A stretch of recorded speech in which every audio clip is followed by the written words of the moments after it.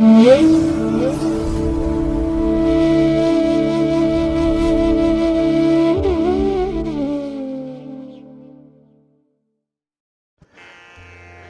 ಮಹಾಗಣಪತಯೇ ನಮಃ. ಶ್ರೀ ಗುರುಭ್ಯೋ ನಮಃ. ಹರಿ ಓಂ. ಸಿರಿಗನ್ನಡ ಸುದ್ದಿವಾಹಿನಿಯ ಸದಭಿಮಾನದ ಸಹೃದಯ ವೀಕ್ಷಕ ಮಹಾಶಯರೇ, ತಮಗೆಲ್ಲರಿಗೂ ಕೂಡ ಸಿರಿಗನ್ನಡ ಸುದ್ದಿವಾಹಿನಿಗೆ ಸ್ವಾಗತ. ದಯಾಮಯನಾದಂಥ ಭಗವಂತನ ಅನುಗ್ರಹ ತಮ್ಮೆಲ್ಲರಿಗೆ ಪ್ರಾಪ್ತಿಯಾಗಲಿ, ತಮ್ಮೆಲ್ಲರ ಜೀವನ ಆರೋಗ್ಯದಾಯಕವಾಗಿರಲಿ, ಸಂತೃಪ್ತಿದಾಯಕವಾಗಿರಲಿ ಎಂದು ಭಗವಂತನಲ್ಲಿ ಪ್ರಾರ್ಥನೆಯನ್ನು ಮಾಡ್ತಾ ಈ ದಿನದ ವಿಶೇಷ ಕಾರ್ಯಕ್ರಮವನ್ನು ನೋಡೋಣ.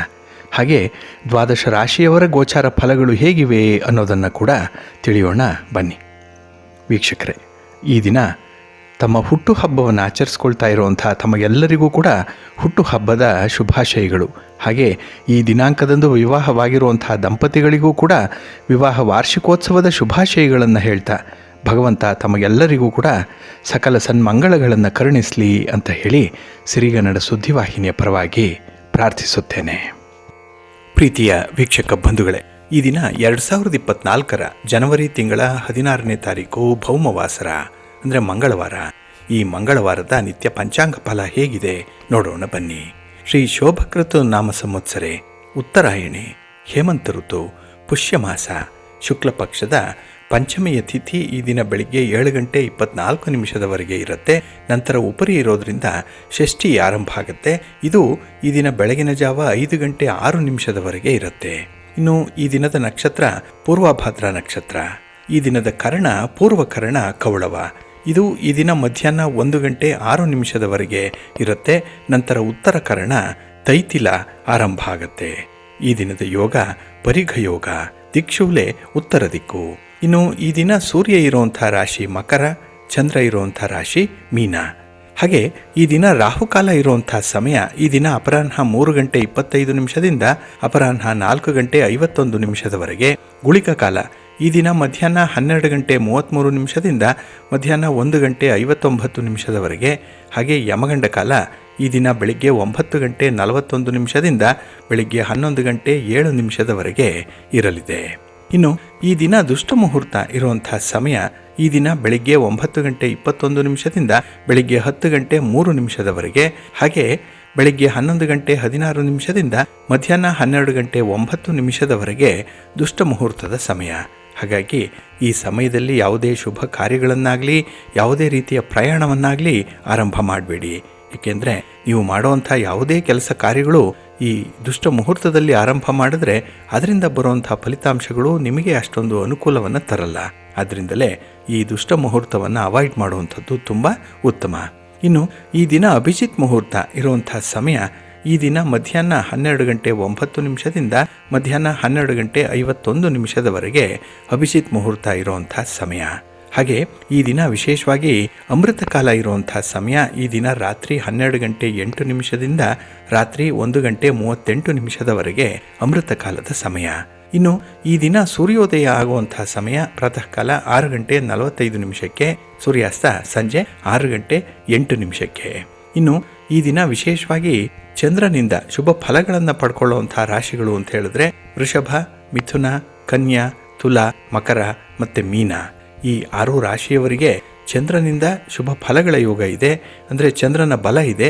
ಇನ್ನು ಉಳಿದ 6 ರಾಶಿಯವರಿಗೆ ಮಿಶ್ರ ಫಲದ ಯೋಗ ಇರುತ್ತೆ. ಅದನ್ನು ಮುಂದೆ ದ್ವಾದಶ ರಾಶಿಯವರ ಗೋಚಾರ ಫಲಗಳನ್ನು ನೋಡುವಂಥ ಸಂದರ್ಭದಲ್ಲಿ ಮತ್ತಷ್ಟು ವಿಚಾರಗಳನ್ನು ತಿಳ್ಕೊಳ್ಳೋಣ. ಇನ್ನು ಈ ದಿನದ ಹೊರದ ಅಧಿಪತಿ ಕುಜ. ಕುಜ ಅಂತ ಹೇಳಿದ್ರೆ ವಿಶೇಷವಾಗಿ ಅಧಿಕಾರಕ್ಕೆ ಕಾರಕನಾಗಿರುವಂಥವನು, ಶಕ್ತಿಗೆ ಕಾರಕ, ಸಾಹಸಕ್ಕೆ ಕಾರಕ. ಹಾಗಾಗಿನೇ ಈ ಕುಜನನ್ನು ಭೂಮಿಕಾರಕ ಅಂತ ಹೇಳಿ ಕರೆದ್ರೆ ಈ ದಿನ ಸ್ಥಿರಾಸ್ತಿಯ ವಿಚಾರವಾಗಿ ಯಾವುದೇ ತೀರ್ಮಾನವನ್ನು ತೆಗೆದುಕೊಳ್ಳಲಿಕ್ಕೆ ಉತ್ತಮವಾದಂಥ ಸಮಯ ಇದೆ. ಹಾಗಾಗಿ ನಿಮ್ಮ ಮನೆ, ಸೈಟು, ಜಮೀನು ಇತ್ಯಾದಿಗಳ ಬಗ್ಗೆ ಯಾವುದೇ ರೀತಿಯ ಮಾತುಕತೆ ಇರಲಿ, ಯಾವುದೇ ರೀತಿಯ ಖರೀದಿ ಅಥವಾ ರಿಜಿಸ್ಟ್ರೇಷನ್ಗೆ ಸಂಬಂಧಪಟ್ಟಂತಹ ವಿಚಾರಗಳನ್ನು ಕೂಡ ಈ ದಿನ ನೀವು ಚರ್ಚೆಗೆ ಒಳಪಡಿಸ್ಬೋದು, ಒಳ್ಳೆಯದಾಗುತ್ತೆ. ಸ್ಥಿರಾಸ್ತಿಗೆ ಸಂಬಂಧಪಟ್ಟಂತೆ ಪಿತ್ರಾರ್ಜಿತವಾಗಿ ಬರಬೇಕಾಗಿರುವಂತಹ ಆಸ್ತಿಗೆ ಸಂಬಂಧಪಟ್ಟಂತೆ ಒಳ್ಳೆಯ ಫಲಿತಾಂಶಗಳು ನಿಮ್ಮ ಪರವಾಗಿ ಬರುತ್ತೆ. ಹಾಗೆ ಕುಜ ಅಂತ ಹೇಳಿದ್ರೆ ಸ್ಪರ್ಧೆಗೂ ಕೂಡ ಕಾರಕನಾಗಿರುವಂಥವನು. ಹಾಗಾಗಿ ಈ ದಿನ ಕ್ರೀಡೆಯಲ್ಲಿ ಕ್ರೀಡಾಪಟುಗಳಿಗೆ ಬಹಳ ವಿಶೇಷವಾದ ಸ್ಥಾನಮಾನ ಇದೆ. ಹಾಗಾಗಿ ಜಯ ನಿಮಗೆ ಪ್ರಾಪ್ತಿಯಾಗುತ್ತೆ ಈ ದಿನದ ಪ್ರಯತ್ನದಲ್ಲಿ. ಇನ್ನು ವಿದ್ಯಾರ್ಥಿಗಳು ವಿಶೇಷವಾಗಿ ಸ್ಪರ್ಧಾತ್ಮಕ ಪರೀಕ್ಷೆಗಳನ್ನು ಬರೀತಾ ಇರುವಂಥವ್ರಿಗೂ ಕೂಡ ಈ ದಿನ ಚೆನ್ನಾಗಿದೆ. ಏಕೆ ಅಂತ ಹೇಳಿದ್ರೆ ಕುಜನಿಂದ ಉತ್ತಮವಾದಂತಹ ಫಲಗಳನ್ನು ಪಡ್ಕೊಳ್ತೀರಿ. ಹಾಗೆ ಕೆಲವರಿಗೆ ಆಕ್ರಮಣ ಮಾಡುವಂತಹ ಬುದ್ಧಿ ಇದೆ, ಅಗ್ರೆಸಿವ್ ನೇಚರ್ ಅನ್ನುವಂಥದ್ದು ಈ ದಿನ ವಿಪರೀತವಾಗಿ ಇರುತ್ತೆ. ಹಾಗಾಗಿ ಕೋಪ ಜಾಸ್ತಿ ಆಗುವಂಥದ್ದು ಇರ್ಬೋದು, ಅಥವಾ ಬೇರೆಯವರ ಶಿಸ್ತನ್ನು ಸಹಿಸದಂತಹ ಸಂದರ್ಭಗಳು, ಇದಕ್ಕಾಗಿ ನಿಮ್ಮ ಮಾತು ಈ ದಿನ ಕಠೋರವಾಗಿರುವಂಥದ್ದು ಕೂಡ ಇರುತ್ತೆ. ಹಾಗಾಗಿ ಈ ದಿನ ಸ್ವಲ್ಪ ಉಗ್ರವಾಗಿರುವಂಥ ದಿನ ಕೂಡ. ಅದರಲ್ಲೂ ಈ ಶಕ್ತಿಯನ್ನು ಪ್ರದರ್ಶನ ಮಾಡುವಂಥವ್ರಿಗೆ ಬಹಳ ಮಹತ್ವದ ದಿನ, ಒಳ್ಳೆಯ ಫಲಿತಾಂಶ ಸಿಕ್ಕುವಂಥ ದಿನ ಕೂಡ. ಹಾಗೆ ಈ ದಿನ ಇರುವಂಥ ಗುರುಹೋರ ಕೂಡ ಎಲ್ಲ ಕೆಲಸಗಳಿಗೂ ಕೂಡ ಅನುಕೂಲಕರವಾಗಿರುವಂಥ ಸಮಯ ಇದು. ಈ ದಿನ ಪ್ರಾತಃ ಕಾಲ 5 ಗಂಟೆ 38 ನಿಮಿಷದಿಂದ ಬೆಳಿಗ್ಗೆ 6 ಗಂಟೆ 42 ನಿಮಿಷದವರೆಗೆ, ಇನ್ನು ಮಧ್ಯಾಹ್ನ 12 ಗಂಟೆ 23 ನಿಮಿಷದಿಂದ ಮಧ್ಯಾಹ್ನ 1 ಗಂಟೆ 20 ನಿಮಿಷದವರೆಗೆ, ಹಾಗೆ ರಾತ್ರಿ 7 ಗಂಟೆ 8 ನಿಮಿಷದಿಂದ ರಾತ್ರಿ 8 ಗಂಟೆ 11 ನಿಮಿಷದವರೆಗೆ ಗುರುಹೋರ ಇರುವಂಥ ಸಮಯ. ಇದನ್ನು ನೀವು ಅನುಸರಣೆ ಮಾಡಿ ಒಳ್ಳೆಯದಾಗತ್ತೆ. ಆದರೆ ಈ ದಿನ ಇರುವಂಥ ಶನಿ ಹೋರವನ್ನು ಸ್ವಲ್ಪ ಅವಾಯ್ಡ್ ಮಾಡಿ. ಏಕೆಂದರೆ ಕೆಲಸ ಕಾರ್ಯಗಳು ಶನಿ ಹೋರದಲ್ಲಿ ಆರಂಭ ಆದರೆ ತುಂಬ ನಿಧಾನಗತಿಯಲ್ಲಿ ನಡೆಯುತ್ತೆ, ಫಲಿತಾಂಶಗಳು ಬೇಗ ಸಿಕ್ಕಲ್ಲ. ಹಾಗಾಗಿನೇ ಕೆಲವೊಂದು ಪ್ರಮುಖವಾದಂತಹ ಕೆಲಸ ಕಾರ್ಯಗಳನ್ನು ಸ್ವಲ್ಪ ನೋಡಿಕೊಂಡು ನೀವು ಪ್ರಾರಂಭ ಮಾಡಿ. ಅದರಲ್ಲೂ ಶನಿ ಹೋರವನ್ನು ಅವಾಯ್ಡ್ ಮಾಡಿ. ಹಾಗಾಗಿ ಶನಿ ಹೋರ ಇರುವಂಥ ಸಮಯ ಈ ದಿನ ಬೆಳಿಗ್ಗೆ 11 ಗಂಟೆ 26 ನಿಮಿಷದಿಂದ ಮಧ್ಯಾಹ್ನ 12 ಗಂಟೆ 23 ನಿಮಿಷದವರೆಗೆ, ಇನ್ನು ಸಂಜೆ 6 ಗಂಟೆ 5 ನಿಮಿಷದಿಂದ ರಾತ್ರಿ 7 ಗಂಟೆ 8 ನಿಮಿಷದವರೆಗೆ, ಹಾಗೆ ರಾತ್ರಿ 1 ಗಂಟೆ 26 ನಿಮಿಷದಿಂದ ರಾತ್ರಿ 2 ಗಂಟೆ 29 ನಿಮಿಷದವರೆಗೆ ಈ ಶನಿ ಹೋರ ಇರುವಂಥ ಸಮಯ. ಇದನ್ನು ಸ್ವಲ್ಪ ಅವಾಯ್ಡ್ ಮಾಡಿ ಒಳ್ಳೆಯದಾಗುತ್ತೆ. ಹಾಗೆ ಈ ದಿನ ಇರುವಂಥ ರವಿ ಹೋರ ಬಹಳ ಚೆನ್ನಾಗಿದೆ, ತುಂಬ ಬೆನಿಫಿಷಿಯಲ್ ಆಗಿರುವಂಥದ್ದು, ತುಂಬ ಫೇವರಬಲ್ ಆಗಿರುವಂಥದ್ದು. ರಾಜಕಾರಣಿಗಳಿಗೆ ಅತ್ಯುತ್ತಮವಾದಂತಹ ಸಮಯ ಅಂತ ಹೇಳಿದ್ರೆ ಈ ದಿನ ಇರುವಂಥ ರವಿ ಹೋರಾದ ಸಮಯ. ಹಾಗೆ ರಾಜಕೀಯ ವ್ಯಕ್ತಿಗಳಿಂದ ನಿಮಗೆ ಯಾವುದೇ ರೀತಿಯ ಸಹಾಯ ಸಹಕಾರಗಳು ಬೇಕಿದ್ದರೂ ಕೂಡ ಅವರನ್ನು ಭೇಟಿ ಮಾಡಲಿಕ್ಕೆ ಅಥವಾ ಯಾವುದೇ ಗಣ್ಯರನ್ನು ಭೇಟಿ ಮಾಡಲಿಕ್ಕೂ ಕೂಡ ರವಿ ಹೋರಾದಲ್ಲಿ ಮಾಡಿ ಒಳ್ಳೆಯ ಫಲಿತಾಂಶ ಸಿಕ್ಕತ್ತೆ. ಇನ್ನು ಸರ್ಕಾರದ ಮಟ್ಟದಲ್ಲಿ ಆಗಬೇಕಾಗಿರುವಂಥ ಕೆಲಸ ಕಾರ್ಯಗಳು, ಯಾವುದೇ ಇಲಾಖೆಗಳಲ್ಲಿ ನಿಮ್ಮ ಕೆಲಸಗಳೇನಾದರೂ ಆಗಬೇಕಾಗಿದ್ದರೆ ಬಾಕಿ ಕೆಲಸಗಳನ್ನು ಪುನರಾರಂಭ ಮಾಡೋದಿದ್ರೂ ಕೂಡ ಈ ರವಿ ಹೋರಾದಲ್ಲಿ ಮಾಡಿ ಒಳ್ಳೆಯ ಫಲ ಸಿಕ್ಕತ್ತೆ. ಹಾಗಾಗಿ ರವಿ ಹೋರ ಇರುವಂಥ ಸಮಯ ಈ ದಿನ ಬೆಳಿಗ್ಗೆ 7 ಗಂಟೆ 38 ನಿಮಿಷದಿಂದ ಬೆಳಿಗ್ಗೆ 8 ಗಂಟೆ 35 ನಿಮಿಷದವರೆಗೆ, ಇನ್ನು ಮಧ್ಯಾಹ್ನ 2 ಗಂಟೆ 17 ನಿಮಿಷದಿಂದ ಮಧ್ಯಾಹ್ನ 3 ಗಂಟೆ 14 ನಿಮಿಷದವರೆಗೆ, ಹಾಗೆ ರಾತ್ರಿ 9 ಗಂಟೆ 14 ನಿಮಿಷದಿಂದ ರಾತ್ರಿ 10 ಗಂಟೆ 17 ನಿಮಿಷದವರೆಗೆ ರವಿ ಹೋರ ಇರುವಂಥ ಸಮಯ. ಇದನ್ನು ಅನುಸರಣೆ ಮಾಡಿ ಒಳ್ಳೆಯದಾಗತ್ತೆ. ಆದರೆ ಈ ದಿನ ಇರುವಂಥ ಚಂದ್ರ ಹೋರವನ್ನು ಸ್ವಲ್ಪ ಅವಾಯ್ಡ್ ಮಾಡಬೇಕು. ಅದರಲ್ಲೂ ದ್ರವ ಪದಾರ್ಥಗಳನ್ನು ವ್ಯಾಪಾರ ಮಾಡುವಂಥವರು, ಹಾಲು, ನೀರು, ಎಣ್ಣೆ, ಪೆಟ್ರೋಲ್, ಕೆಮಿಕಲ್ಸ್ ಇತ್ಯಾದಿ ದ್ರವ ಪದಾರ್ಥಗಳನ್ನು ಮಾರಾಟ ಮಾಡುವಂಥವರಾಗಲಿ ಅಥವಾ ಖರೀದಿ ಮಾಡುವಂಥವರಾಗಲಿ ಸ್ವಲ್ಪ ಎಚ್ಚರಿಕೆಯಿಂದ ಇರಬೇಕಾಗತ್ತೆ. ಹಾಗಾಗಿ ಚಂದ್ರಹೋರ ಇರುವಂಥ ಸಮಯ ಈ ದಿನ ಬೆಳಿಗ್ಗೆ 10 ಗಂಟೆ 29 ನಿಮಿಷದಿಂದ ಬೆಳಿಗ್ಗೆ 11 ಗಂಟೆ 26 ನಿಮಿಷದವರೆಗೆ, ಹಾಗೆ ಸಂಜೆ 5 ಗಂಟೆ 8 ನಿಮಿಷದಿಂದ ಸಂಜೆ 6 ಗಂಟೆ 5 ನಿಮಿಷದವರೆಗೆ, ಹಾಗೆ ರಾತ್ರಿ 12 ಗಂಟೆ 23 ನಿಮಿಷದಿಂದ ರಾತ್ರಿ 1 ಗಂಟೆ 26 ನಿಮಿಷದವರೆಗೆ ಚಂದ್ರಹೋರ ಇರುವಂಥ ಸಮಯ. ಇದರಲ್ಲಿ ಈಗಾಗಲೇ ಹೇಳಿದಾಗೆ ಈ ದ್ರವ ಪದಾರ್ಥಗಳ ವ್ಯಾಪಾರ ಮಾಡುವಂಥವರು ಸ್ವಲ್ಪ ಗಮನಿಸಿ ವ್ಯಾಪಾರ ಮುಂದುವರಿಸಿ. ಯಾವುದೇ ರೀತಿಯ ಮೇಜರ್ ಡಿಸಿಷನನ್ನು ಈ ಚಂದ್ರಹೋರ ಸಮಯದಲ್ಲಿ ತೆಗೆದುಕೊಳ್ಬೇಡಿ. ಹಾಗಾಗಿ ಬಂಧುಗಳೇ, ನಿಮ್ಮ ಕೆಲಸ ಕಾರ್ಯಗಳನ್ನು ಒಳ್ಳೆಯ ಸಮಯದಲ್ಲಿ ಆರಂಭ ಮಾಡಿ. ಒಳ್ಳೆಯ ಮುಹೂರ್ತ ಯಾವುದು ಅನ್ನೋಂಥದ್ದನ್ನು ತಿಳ್ಕೊಳ್ಳಿ. ಅದಕ್ಕಾಗಿಯೇ ಸಿರಿಗನ್ನಡ ಸುದ್ದಿವಾಹಿನಿ ಪ್ರತಿನಿತ್ಯ ಪ್ರಸಾರ ಮಾಡುವಂಥ ಈ ಪಂಚಾಂಗದ ವಿವರಗಳನ್ನು ಕೇಳಿಸ್ಕೊಳ್ಳಿ. ಇದರಲ್ಲಿ ಇರುವಂಥ ಮಾಹಿತಿಗಳನ್ನು ಅನುಸರಣೆ ಮಾಡ್ತಾ ಇರಿ. ಖಂಡಿತ ನಿಮ್ಮ ಪ್ರಯತ್ನ ಸಫಲವಾಗುತ್ತೆ. ಹಾಗಾಗಿ ಒಬ್ಬ ವ್ಯಕ್ತಿ ಉತ್ತರೋತ್ತರವಾಗಿ ಅಭಿವೃದ್ಧಿ ಹೊಂದಬೇಕು ಅಂತ ಹೇಳಿದ್ರೆ ಅವರು ಪ್ರಾರಂಭ ಮಾಡುವಂಥ ಸಮಯ ಬಹಳ ಮುಖ್ಯವಾಗುತ್ತೆ. ಏಕೆಂದರೆ ಫಲಿತಾಂಶ ನಿಮ್ಮ ಪರವಾಗಿ ಬರಬೇಕು ಅಂತ ಹೇಳಿದ್ರೆ ಅತ್ಯುತ್ತಮವಾದಂಥ ಸಮಯವನ್ನು, ಒಳ್ಳೆಯ ಮುಹೂರ್ತವನ್ನು ಆರಂಭ ಮಾಡಿಕೊಂಡು ಮುಂದುವರಿಸಿ ಒಳ್ಳೆಯದಾಗತ್ತೆ. ಬಂಧುಗಳೇ, ಹಾಗೆ ಈ ದಿನ ಬಹಳ ವಿಶೇಷವಾಗಿರುವಂಥ ದಿನ. ಈ ದಿನದಲ್ಲಿ ನೋಡಿ, ಈಗಾಗಲೇ ಮಕರ ಸಂಕ್ರಾಂತಿ ಹಬ್ಬ ಕಳೆದಿದೆ. ಈ ದಿನ ಕನು ಹಬ್ಬ ಅಂತ ಹೇಳಿ ಕರೆಯುವಂಥದ್ದಿದೆ. ಕೆಲವರು ಇದನ್ನು ಕರಿ ಹಬ್ಬ ಅಂತ ಹೇಳಿ ಕರೀತಾರೆ. ಹೇಗೆ ಭೋಗಿ ಹಬ್ಬ ಪ್ರದವಾದಂಥ ಹಬ್ಬ ಆದರೆ ಈ ಕನು ಹಬ್ಬ ಅಶುಭಪ್ರದವಾದಂಥ ಒಂದು ಹಬ್ಬ ಅನ್ನುವಂಥ ಒಂದು ನಂಬಿಕೆ ಇದೆ. ಹಾಗಾಗಿ ಈ ದಿನ ಕೆಲವೊಂದು ವಿಶೇಷವಾದಂಥ ಕಾರ್ಯಗಳನ್ನು ಆರಂಭ ಮಾಡಲ್ಲ, ಶುಭ ಕಾರ್ಯಗಳನ್ನು ಕೂಡ ಮಾಡಲ್ಲ. ಹಾಗಾಗಿ ಈ ಕನು ಹಬ್ಬದ ವಿಚಾರವಾಗಿ ನೀವು ಈಗಾಗಲೇ ಮಾಹಿತಿಗಳನ್ನು ತಿಳ್ಕೊಂಡಿದ್ದೀರಿ. ಆದರೂ ಕೂಡ ಈ ಮಕರ ಸಂಕ್ರಾಂತಿಯ ಸಂದರ್ಭದಲ್ಲಿ ರವಿಯ ಬಗ್ಗೆ ನಿಮಗೆ ಸಾಕಷ್ಟು ಮಾಹಿತಿಗಳು ಕೂಡ ಗೊತ್ತಾಗಿದೆ. ಹಾಗೆ ಈ ದಿನ ಸೂರ್ಯದೇವ ಧನುರಾಶಿಯಿಂದ ಮಕರ ರಾಶಿಗೆ ಪ್ರವೇಶ ಮಾಡುವಂಥ ಒಂದು ವಿಶೇಷ ಸಂದರ್ಭ. ಹಾಗಾಗಿ ಈ ಪ್ರಪಂಚದ ಉತ್ಪತ್ತಿಯ ಸ್ಥಿತಿಗತಿಗಳಿಗೆ ಹಾಗೆ ನಾಶಕ್ಕೂ ಕೂಡ ಕಾರಕನಾಗಿರುವಂಥವನು ಈ ಸೂರ್ಯದೇವ. ಹಾಗಾಗಿನೇ ಬಹಳ ವಿಶೇಷವಾಗಿ ಸೂರ್ಯನನ್ನು ಈ ದಿನ ಕೂಡ ಆರಾಧನೆ ಮಾಡಬೇಕು. ಹಾಗೆ ಜ್ಯೋತಿಷ್ಯ ಶಾಸ್ತ್ರದಲ್ಲಿ ಫಲ ಭವಿಷ್ಯ ಭಾಗದಲ್ಲಿ ಸೂರ್ಯನನ್ನ ನವಗ್ರಹಗಳಲ್ಲಿ ರಾಜಗ್ರಹ ಅಂತ ಹೇಳಿ ಗುರುತಿಸಿದ್ದಾರೆ. ಆದ್ದರಿಂದಲೇ ರಾಜನಿಗೆ ಈ ದಿನ ನಮಸ್ಕಾರವನ್ನು ಮಾಡಬೇಕು, ಸ್ಮರಣೆ ಮಾಡಿಕೊಳ್ಬೇಕು, ಹಾಗೆ ಭಕ್ತಿಪೂರ್ವಕವಾಗಿ ಸ್ತೋತ್ರಗಳನ್ನು ಹೇಳ್ಕೊಳ್ಬೇಕು ಅನ್ನುವಂಥದ್ದು. ಏಕೆಂದರೆ ಎಲ್ಲ ಗ್ರಹಗಳ ರಾಜಾಧಿಪತ್ಯದಲ್ಲಿ ಇವನು ರಾಜ ಅಂತ ಅನ್ನಿಸ್ಕೊಂಡಿರುವಂಥವನು. ಹಾಗಾಗಿನೇ ವಿಶ್ವದ ಎಲ್ಲ ಆತ್ಮಗಳನ್ನು ಈ ಸೂರ್ಯ ಪ್ರತಿನಿಧಿಸ್ತಾನೆ. ಆದ್ದರಿಂದಲೇ ಅವನನ್ನು ವಿಶ್ವದ ಆತ್ಮ ಅಂತ ಹೇಳಿ ಕರೆಯುವಂಥದ್ದು ಇದೆ. ಇದು ವೇದಗಳಲ್ಲಿ ಹೇಳಲ್ಪಟ್ಟಿರುವಂಥ ಒಂದು ಮಾತು. ಹಾಗಾಗಿನೇ ಈ ಸೌರಮಂಡಲದಲ್ಲಿ ಪ್ರಕಾಶಮಾನವಾದಂಥ ಒಂದು ಗ್ರಹ ಅಂತ ಹೇಳಿದ್ರೆ ಅದು ಈ ಸೂರ್ಯನೇ. ಆದ್ದರಿಂದಲೇ ಇವನನ್ನು ರಾಜ ಅಂತ ಹೇಳಿ ಕರೆಯುವಂಥದ್ದು.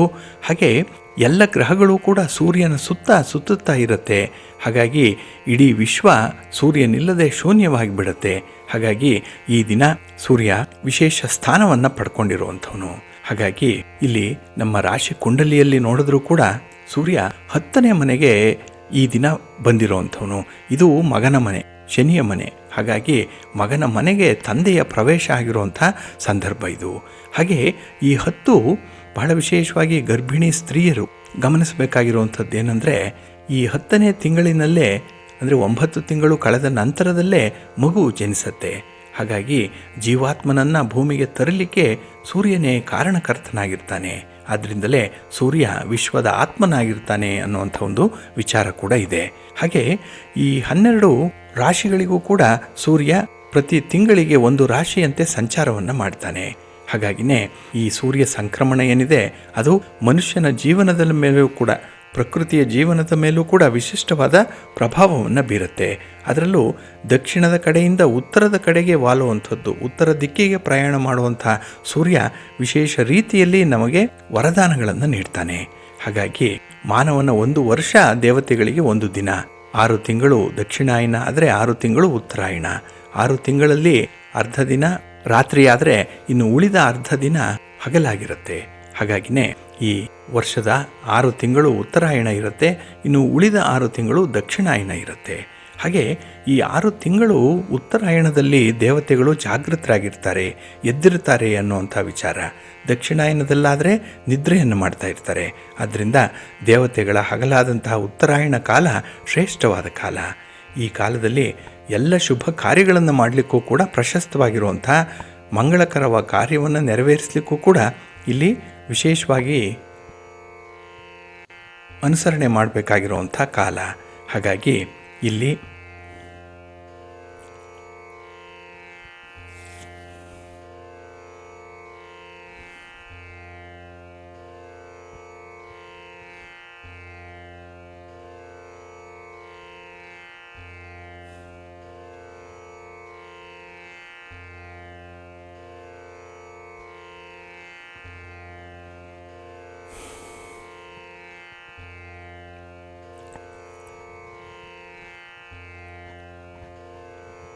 ಹಾಗಾಗಿ ಇಲ್ಲಿ ಸೂರ್ಯನೇನಾದರೂ ಜಾತಕದಲ್ಲಿ ದುರ್ಬಲನಾಗಿದ್ದರೆ ಅವನಿಗೆ ಸರ್ಕಾರದಿಂದ ಬರುವಂತಹ ಸೌಲಭ್ಯಗಳಾಗಲಿ ಅಥವಾ ತಾನೇ ಮಾಡಿಕೊಳ್ಳುವಂಥ ಸೌಲಭ್ಯಗಳಿಂದಲಾಗಲಿ ವಂಚಿತರಾಗ್ತಾರೆ.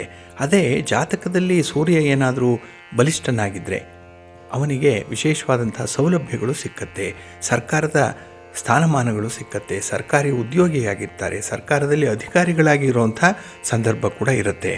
ಹಾಗಾಗಿನೇ ಇಲ್ಲಿ ತುಂಬ ಅನುಕೂಲತೆಗಳನ್ನು ವ್ಯಕ್ತಿ ಪಡ್ಕೊಂಡಿದ್ದಾನೆ ಅಂತ ಹೇಳಿದ್ರೆ ಸೂರ್ಯ ಅವನ ಪಾಲಿಗೆ ಪ್ರಬಲನಾಗಿರ್ತಾನೆ ಅನ್ನುವಂಥ ಒಂದು ವಿಚಾರ. ಹಾಗೆ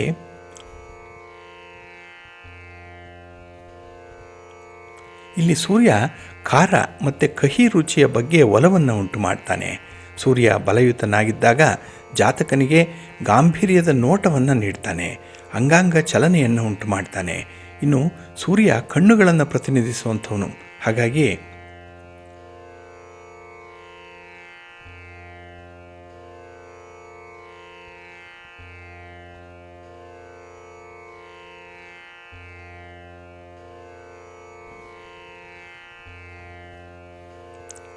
ಜಾತಕದಲ್ಲಿ ಸೂರ್ಯನ ಸ್ಥಿತಿ ಸರಿಯಾಗಿ ಇಲ್ಲದೇ ಇದ್ದರೆ ಕಣ್ಣಿನ ತೊಂದರೆಗಳು ಇರುತ್ತೆ. ಹಾಗಾಗಿ ಈ ತೊಂದರೆಗಳನ್ನು ನಿವಾರಣೆ ಮಾಡಿಕೊಳ್ಬೇಕು ಅಂತ ಹೇಳಿದ್ರೆ ಸೂರ್ಯ ಮಂತ್ರವನ್ನು ಜಪ ಮಾಡಿಕೊಳ್ಬೇಕು. ಹಾಗಾಗಿ ಈ ಸೂರ್ಯನಿಗೆ ಸಂಬಂಧಪಟ್ಟಂತಹ ಯಾವುದೇ ರೀತಿಯ ದೋಷಗಳಿದ್ರೂ ಕೂಡ ನಿವಾರಣೆ ಮಾಡಿಕೊಳ್ಬೇಕು ಅಂತ ಹೇಳಿದ್ರೆ ವ್ಯಕ್ತಿ ಮಾಣಿಕ್ಯವನ್ನು ಧರಿಸ್ಕೊಳ್ಬೇಕು, ಅಂದರೆ ರೂಬಿಯನ್ನು ಧರಿಸ್ಬೇಕು. ಹಾಗೆ ಸೂರ್ಯ ದೇಹದಲ್ಲಿರುವಂಥ ಮೂಳೆಗಳ ಆಧಿಪತ್ಯವನ್ನು ಹೊಂದಿರುವಂಥವನು. ಗರ್ಭಿಣಿಯ 4ನೆಯ ಮಾಸದಲ್ಲಿ ಶಿಶುವಿನ ಮೂಳೆಗಳ ಬೆಳವಣಿಗೆ ಆಗುವಂಥ ಕಾರಣಕರ್ತನೂ ಕೂಡ ಸೂರ್ಯನಾಗಿರ್ತಾನೆ. ಹಾಗಾಗಿನೇ ಈ ಮೂಳೆಗಳು ಗಟ್ಟಿಯಾಗಿರಬೇಕು ಅಂತ ಹೇಳಿದ್ರೆ ದೇಹ ಗಟ್ಟಿಯಾಗಿರಬೇಕು. ದೇಹ ಗಟ್ಟಿಯಾಗಿದೆ ಅಂತ ಹೇಳಿದ್ರೆ ಆರೋಗ್ಯ ಜೀವನ ಇರುತ್ತೆ. ಹಾಗಾಗಿ ಒಬ್ಬ ಮನುಷ್ಯನಿಗೆ ಆರೋಗ್ಯ ಚೆನ್ನಾಗಿದೆ ಅಂತ ಹೇಳಿದ್ರೆ ಅಲ್ಲಿ ಸೂರ್ಯನ ಪ್ರಭಾವ ಚೆನ್ನಾಗಿರುತ್ತೆ. ಸೂರ್ಯ ಬಲಿಷ್ಠನಾಗಿರ್ತಾನೆ ಅವರ ಜಾತಕದಲ್ಲಿ. ಹಾಗಾಗಿ ಇಲ್ಲಿ ಸೂರ್ಯ ಜಾತಕದಲ್ಲಿ ದುರ್ಬಲನಾಗಿದ್ದರೆ ಆತ್ಮ ದುರ್ಬಲನಾಗ್ತಾನೆ. ಆತ್ಮಶಕ್ತಿ ಬಹಳ ಮುಖ್ಯ. ಅದೇ ಆತ್ಮವಿಶ್ವಾಸ ಅಂತ ಹೇಳುವಂಥದ್ದು, ಧೈರ್ಯ ಅಂತ ಹೇಳುವಂಥದ್ದು ಈ ಕಾರಣಕ್ಕಾಗಿಯೇ. ಅದಕ್ಕಾಗಿಯೇ ಸೂರ್ಯನನ್ನು ಸಿಂಹರಾಶಿಯ ಅಧಿಪತಿಯನ್ನಾಗಿ ಮಾಡಿದ್ದಾರೆ. ಇಲ್ಲಿ ಸಿಂಹ ಧೈರ್ಯಕ್ಕೆ ಹೆಸರುವಾಸಿಯಾಗಿರುವಂಥ ಪ್ರಾಣಿ. ಅಷ್ಟೇ ಧೈರ್ಯ ಮನುಷ್ಯನಿಗೂ ಬೇಕು ಅಂತ ಹೇಳಿದ್ರೂ ಸೂರ್ಯನನ್ನು ನಾವು ಸರಿಯಾಗಿ ಇಟ್ಕೊಳ್ಬೇಕು. ಹಾಗಾಗಿ ನಿಮ್ಮ ಜಾತಕದಲ್ಲಿ ಸೂರ್ಯನ ಸ್ಥಿತಿ ಎಲ್ಲಿದೆ, ಯಾವ ಮನೆಯಲ್ಲಿ ಸೂರ್ಯ ಇದ್ದಾನೆ ಅನ್ನೋವಂಥದ್ದನ್ನು ನೋಡಿಕೊಂಡು ಸೂರ್ಯ ಬಲನಾಗಿದ್ದಾನೆ, ದುರ್ಬಲನಾಗಿದ್ದಾನೆ, ಸೂರ್ಯನಿಗೆ ದಿಗ್ಬಲ ಇದೆಯೇ ಇಲ್ಲವೇ ಅನ್ನುವಂಥ ವಿಚಾರಗಳನ್ನು ನೀವು ತಿಳ್ಕೊಂಡು ನಿಮ್ಮ ಕೆಲಸಗಳನ್ನು ಮುಂದುವರಿಸ್ಕೊಳ್ಳಿ. ಹಾಗೆ ಸೂರ್ಯ ಏನಾದರೂ ಅಶುಭನಾಗಿದ್ದರೆ ಜಾತಕದಲ್ಲಿ ಅಲ್ಲಿ ನೀವು ಸೂರ್ಯನನ್ನು ಕುರಿತು ಜಪವನ್ನು ಮಾಡಬೇಕು, ತರ್ಪಣವನ್ನು ಕೊಡಬೇಕು. ಹಾಗೆ ಈ ಸಮಿತ್ತು ಅಶ್ವತ್ಥ ಇದನ್ನು ನೀವು ಹೋಮ ಹವನಾದಿಗಳಲ್ಲಿ ಹೆಚ್ಚು ಬಳಸಬೇಕು ಅನ್ನುವಂಥದ್ದು ಇದೆ. ಅಶ್ವತ್ಥ ವೃಕ್ಷ ಪ್ರದಕ್ಷಿಣೆಯನ್ನು ಮಾಡುವಂಥದ್ದು, ಹಾಗೆ ಸೂರ್ಯ ನಮಸ್ಕಾರ ಮಾಡುವಂಥದ್ದು, ಆದಿತ್ಯ ಹೃದಯ ಸ್ತೋತ್ರವನ್ನು ಹೇಳ್ಕೊಳ್ಳುವಂಥದ್ದು, ನವಗ್ರಹಗಳ ದರ್ಶನ ಮಾಡುವಂಥದ್ದು, ಇಂತಹ ಕ್ರಮಗಳನ್ನು ಅನುಸರಣೆ ಮಾಡಿ ಜಾತಕದಲ್ಲಿ ಸೂರ್ಯ ದುರ್ಬಲನಾಗಿದ್ದರೂ ಕೂಡ ಅವನನ್ನು ಬಲಯುತವನ್ನಾಗಿ ಮಾಡಿಕೊಳ್ಬಹುದು. ಹಾಗಾಗಿ ಪ್ರಯತ್ನ ಪಟ್ಟಷ್ಟು ಫಲ ಇರುತ್ತೆ. ಒಳ್ಳೆಯದಾಗಲಿ. ಬಂಧುಗಳೇ, ಈ ದಿನದ ವಿಶೇಷತೆ ಅಂತ ಹೇಳಿದ್ರೆ ಈ ಪುಷ್ಯ ಮಾಸ 10ನೇ ಮಾಸ.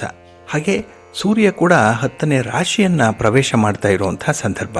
ಹಾಗಾಗಿ ಮಕರ ರಾಶಿಗೆ ಸೂರ್ಯನ ಪ್ರವೇಶ ಒಂದು ಕಡೆ ಆಗ್ತಾ ಇದ್ದರೆ ಇನ್ನೊಂದು ಕಡೆ ಪುಷ್ಯ ಮಾಸ ಆರಂಭ ಆಗ್ತಾ ಇದೆ. ಹಾಗಾಗಿ ಪುಷ್ಯ ಮಾಸವನ್ನು ಶೂನ್ಯ ಮಾಸ ಅಂತ ಹೇಳಿ ಕರೀತಾರೆ.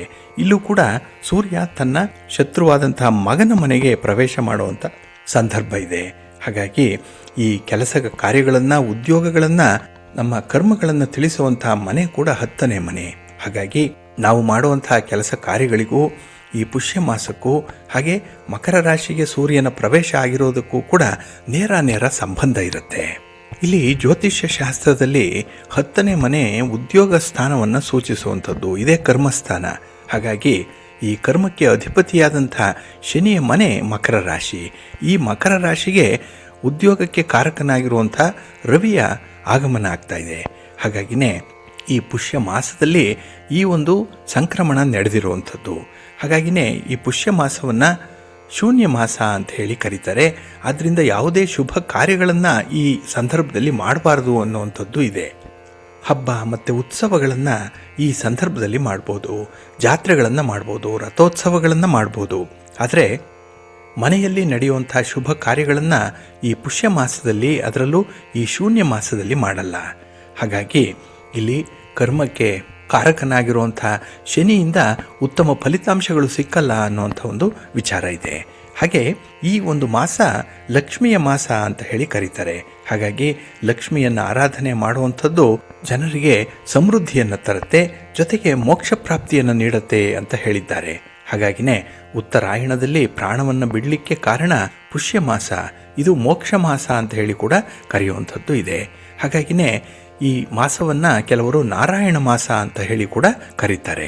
ಹಾಗೆ ಈ ಪುಷ್ಯ ಮಾಸದಲ್ಲಿ ಮಹಾಲಕ್ಷ್ಮಿಯ ದರ್ಶನವನ್ನು ಮಾಡುವಂಥದ್ದು, ಇದರಿಂದ ವ್ಯಕ್ತಿ ಉತ್ತರೋತ್ತರವಾಗಿ ಅಭಿವೃದ್ಧಿಯನ್ನು ಕಾಣ್ತಾನೆ. ಜೊತೆಗೆ ಪ್ರತಿಯೊಬ್ಬ ವ್ಯಕ್ತಿ ತನ್ನ ಕರ್ಮಗಳನ್ನು, ಋಣಗಳನ್ನು, ದೋಷಗಳನ್ನು ಕಳ್ಕೊಂಡು ಮೋಕ್ಷ ಪ್ರಾಪ್ತಿಯನ್ನು ಪಡ್ಕೊಳ್ತಾನೆ ಅನ್ನುವಂಥ ಒಂದು ವಿಚಾರ ಇದೆ. ಆದ್ದರಿಂದಲೇ ಇಲ್ಲಿ ಮಹಾಲಕ್ಷ್ಮಿಯನ್ನು ಆರಾಧನೆ ಮಾಡಬೇಕು ಮಹಾವಿಷ್ಣುವಿನ ಜೊತೆಯಲ್ಲಿ. ಹಾಗೆ ಶನಿ ದೋಷದಿಂದ ಆಗುವಂಥ ಕಷ್ಟಗಳನ್ನು ನಿವಾರಣೆ ಮಾಡಿಕೊಳ್ಳಿಕ್ಕೂ ಕೂಡ ಈ ಪುಷ್ಯ ಮಾಸ ಪ್ರಶಸ್ತವಾಗಿರುವಂಥದ್ದು. ಹಾಗಾಗಿ ಈ ಮಾಸದಲ್ಲಿ ಬರುವಂಥ ಶನಿವಾರದ ದಿನ ಎಳ್ಳಿನ ಎಣ್ಣೆಯ ಅಭಿಷೇಕವನ್ನು ಮಾಡೋದರಿಂದ ಶನಿದೋಷ ನಿವಾರಣೆಯಾಗುತ್ತೆ, ಜೀವನದಲ್ಲಿ ಅಭಿವೃದ್ಧಿ ಪ್ರಾಪ್ತಿಯಾಗುತ್ತೆ. ಹಾಗಾಗಿ ಈ ಪುಷ್ಯ ಮಾಸದಲ್ಲಿ ಶನಿದೇವರಿಗೆ ಎಳ್ಳೆಣ್ಣೆಯನ್ನು ಸಮರ್ಪಣೆ ಮಾಡಬೇಕು. ಹಾಗೆ ಈ ಪುಷ್ಯ ಮಾಸ 10ನೇ ಮಾಸ, ಈಗಾಗಲೇ ಹೇಳಿದಾಗೆ ಇದು ಕರ್ಮ ಮಾಸ. ಅಂದರೆ ಸರ್ವ ರೀತಿಯ ಕರ್ಮಗಳನ್ನು ಕೂಡ ನಾಶ ಮಾಡಿಕೊಳ್ಳಿಕ್ಕೆ, ಉತ್ತಮವಾದಂಥ ಕರ್ಮಗಳ ಮಾರ್ಗಕ್ಕೆ ಕರೆದೊಯ್ಯಲಿಕ್ಕೆ ದೇವತೆಗಳನ್ನು ಪ್ರಾರ್ಥನೆ ಮಾಡಿಕೊಳ್ಳುವಂಥ ಒಂದು ಮಾಸ ಇದು. ಹಾಗಾಗಿನೇ ಪುಷ್ಯ ಮಾಸ ಅಂತ ಹೇಳಿದ್ರೆ ಪುಷ್ಯ ನಕ್ಷತ್ರದಲ್ಲಿ ಹುಣ್ಣಿಮೆ ಬರುವಂಥ ಮಾಸ ಅಂತ ಹೇಳುವಂಥದ್ದು. ಹಾಗಾಗಿ ಹುಣ್ಣಿಮೆ ಬರುವವರೆಗೂ ಕೂಡ ನಾವು ಲಕ್ಷ್ಮೀನಾರಾಯಣರನ್ನು ಆರಾಧನೆ ಮಾಡಬೇಕು. ದೇವತೆಗಳನ್ನು ಮಾತ್ರ ಈ ಸಂದರ್ಭದಲ್ಲಿ ಆರಾಧನೆ ಮಾಡಬೇಕು. ಶುಭ ಕಾರ್ಯಗಳಿಗೆ ಕೈ ಹಾಕಬಾರ್ದು ಅನ್ನುವಂಥ ಒಂದು ವಿಚಾರ ಇದೆ. ಹಾಗಾಗಿ ಒಬ್ಬ ವ್ಯಕ್ತಿಗೆ ಸುಖ, ಶಾಂತಿ, ಸಮೃದ್ಧಿ, ಏಳ್ಗೆ, ಸದ್ಗತಿ ಸಿಕ್ಕಬೇಕು ಅಂತ ಹೇಳಿದ್ರೆ ಈ ಪುಷ್ಯ ಮಾಸದಲ್ಲಿ ಕೆಲವೊಂದು ನಿರ್ದಿಷ್ಟವಾದಂಥ ವಿಧಿವಿಧಾನಗಳನ್ನು ಅನುಸರಣೆ ಮಾಡಬೇಕು. ಹಾಗೆ ಈ ಮಾಸದಲ್ಲಿ ಲಕ್ಷ್ಮೀನಾರಾಯಣರನ್ನು ಪೂಜೆ ಮಾಡಬೇಕು, ದರ್ಶನ ಮಾಡಬೇಕು, ನಾಮಸ್ಮರಣೆಯನ್ನು ಮಾಡಬೇಕು, ಜಪ ಮಾಡಬೇಕು. ಹೀಗಾಗಿ 7 ಜನ್ಮದ ಕರ್ಮ ನಾಶವಾಗುತ್ತೆ ಅನ್ನುವಂಥದ್ದನ್ನು ಧರ್ಮಶಾಸ್ತ್ರಗಳು ಹೇಳುತ್ತೆ. ಹಾಗೆ ಈ ಪುಷ್ಯ ಮಾಸದಲ್ಲಿ ನದಿಗಳಲ್ಲಿ ಸ್ನಾನ ಮಾಡುವಂಥದ್ದು ಕೂಡ ತುಂಬ ಶ್ರೇಷ್ಠವಾದಂಥ ಕೆಲಸ. ಹಾಗೆ ಈ ಮಾಸ ಪುಷ್ಯ ಮಾಸ ಸಂಕ್ರಾಂತಿಯ ಮಾಸ. ಹಾಗಾಗಿ ಇದು ರೈತರ ಸುಗ್ಗಿಯ ಕಾಲ. ದವಸ ಧಾನ್ಯಗಳನ್ನು ಅಂದರೆ ಧಾನ್ಯ ಲಕ್ಷ್ಮಿಯನ್ನು ಮನೆಗೆ ತುಂಬಿಸಿಕೊಳ್ಳುವಂಥ ಒಂದು ಕಾಲ. ಹಾಗಾಗಿನೇ ಭೂತಾಯಿಯನ್ನು ರೈತರು ಸ್ಮರಣೆ ಮಾಡ್ಕೊಳ್ತಾರೆ. ಇನ್ನೊಂದು ಕಡೆ ದನ ಕರುಗಳನ್ನು ಪೂಜಿಸುವಂಥ ಒಂದು ವಿಶೇಷವಾದಂಥ ಮಾಸ ಇದು. ಹಾಗಾಗಿನೇ ಅತ್ಯಂತ ವಿಜೃಂಭಣೆಯಿಂದ, ಸಡಗರ ಸಂಭ್ರಮಗಳಿಂದ ಈ ಮಕರ ಸಂಕ್ರಾಂತಿ ಹಬ್ಬವನ್ನು ಆಚರಣೆ ಮಾಡಿರುವಂಥದ್ದಿದೆ. ಹಾಗೆ ಈ ಮಕರ ಸಂಕ್ರಾಂತಿಯ ಸಂದರ್ಭದಲ್ಲಿ ನಮ್ಮ ವೀಕ್ಷಕ ಬಂಧುಗಳು ಶುಭಾಶಯಗಳನ್ನು ಕೋರಿದ್ದಾರೆ. ಅವರೆಲ್ಲರಿಗೂ ಕೂಡ ಈ ಮಕರ ಸಂಕ್ರಾಂತಿ ಸಮೃದ್ಧಿಯನ್ನು ತರಲಿ, ಹಾಗೆ ಆರೋಗ್ಯ ಐಶ್ವರ್ಯಪೂರ್ಣವಾದಂಥ ಬದುಕನ್ನು ಸಂಕ್ರಾಂತಿ ತಾಯಿ ದಯಪಾಲಿಸಲಿ ಅಂತ ಹೇಳಿ ಸಿರಿಗನ್ನಡ ಸುದ್ದಿವಾಹಿನಿಯ ಪರವಾಗಿ ನಾವು ಕೂಡ ಪ್ರಾರ್ಥನೆಯನ್ನು ಮಾಡ್ತೇವೆ. ಜೊತೆಗೆ ಈ ಶುಭಾಶಯಗಳನ್ನು ಕೋರಿರುವಂಥ ಎಲ್ಲ ಮಿತ್ರರಿಗೂ ಕೂಡ ಮತ್ತೊಮ್ಮೆ ಧನ್ಯವಾದಗಳನ್ನು ತಿಳಿಸ್ತಾ, ಇನ್ನು ಸೂರ್ಯ ಮಕರ ರಾಶಿ ಪ್ರವೇಶ ಮಾಡುವಂಥ ಈ ದಿನಕ್ಕೆ ಸಂಕ್ರಾಂತಿ ದೇವತೆಯ ಸ್ವರೂಪವನ್ನು ಕೊಟ್ಟಿದ್ದಾರೆ. ಹಾಗಾಗಿ ಈ ಸಂಕ್ರಾಂತಿ ದೇವತೆಯ ವಾಹನ ಯಾವುದು, ಉಪವಾಹನ ಯಾವುದು, ದೇವತೆ ಯಾವ ವಾರದಲ್ಲಿ, ಯಾವ ತಿಥಿಯ ಮೇಲೆ, ಯಾವ ನಕ್ಷತ್ರದ ಮೇಲೆ, ಯಾವ ಯೋಗದಲ್ಲಿ, ಯಾವ ಕರಣದ ಮೇಲೆ ಬಂದಿದ್ದಾಳೆ ಅನ್ನುವಂಥ ವಿಚಾರವನ್ನು ತಿಳ್ಕೊಳ್ಬೇಕು. ಹಾಗೆ ಈ ಸಂಕ್ರಾಂತಿ ದೇವತೆಯ ಉಡುಗೆ ತೊಡುಗೆಗಳೇನು, ವಸ್ತ್ರಗಳೇನು, ಅಲಂಕಾರಾದಿ ವಸ್ತುಗಳು ಯಾವುದು, ಯಾವ ಬಣ್ಣದ್ದು ಇರುತ್ತೆ, ಅವಳು ಯಾವ ದಿಕ್ಕಿನಿಂದ ಬಂದಿದ್ದಾಳೆ, ಯಾವ ದಿಕ್ಕಿನ ಕಡೆ ಪ್ರವೇಶ ಇರುತ್ತೆ, ಹಾಗೆ ಈ ಸಂಕ್ರಾಂತಿ ದೇವತೆ ಭಕ್ಷಿಸುವಂಥ ಆಹಾರ ಯಾವುದು, ಈ ಎಲ್ಲ ವಿಚಾರಗಳ ಮೇಲಿಂದ ಆಯಾ ವರ್ಷದ ಮಕರ ಸಂಕ್ರಾಂತಿಯಿಂದ ಮುಂದಿನ ವರ್ಷದ ಮಕರ ಸಂಕ್ರಾಂತಿಯವರೆಗಿನ ಎಲ್ಲ ಆಗು ಹೋಗುಗಳ ಬಗೆಗೆ ಭವಿಷ್ಯವನ್ನು ಹೇಳಲಿಕ್ಕೂ ಕೂಡ ಸಾಧ್ಯವಾಗುತ್ತೆ.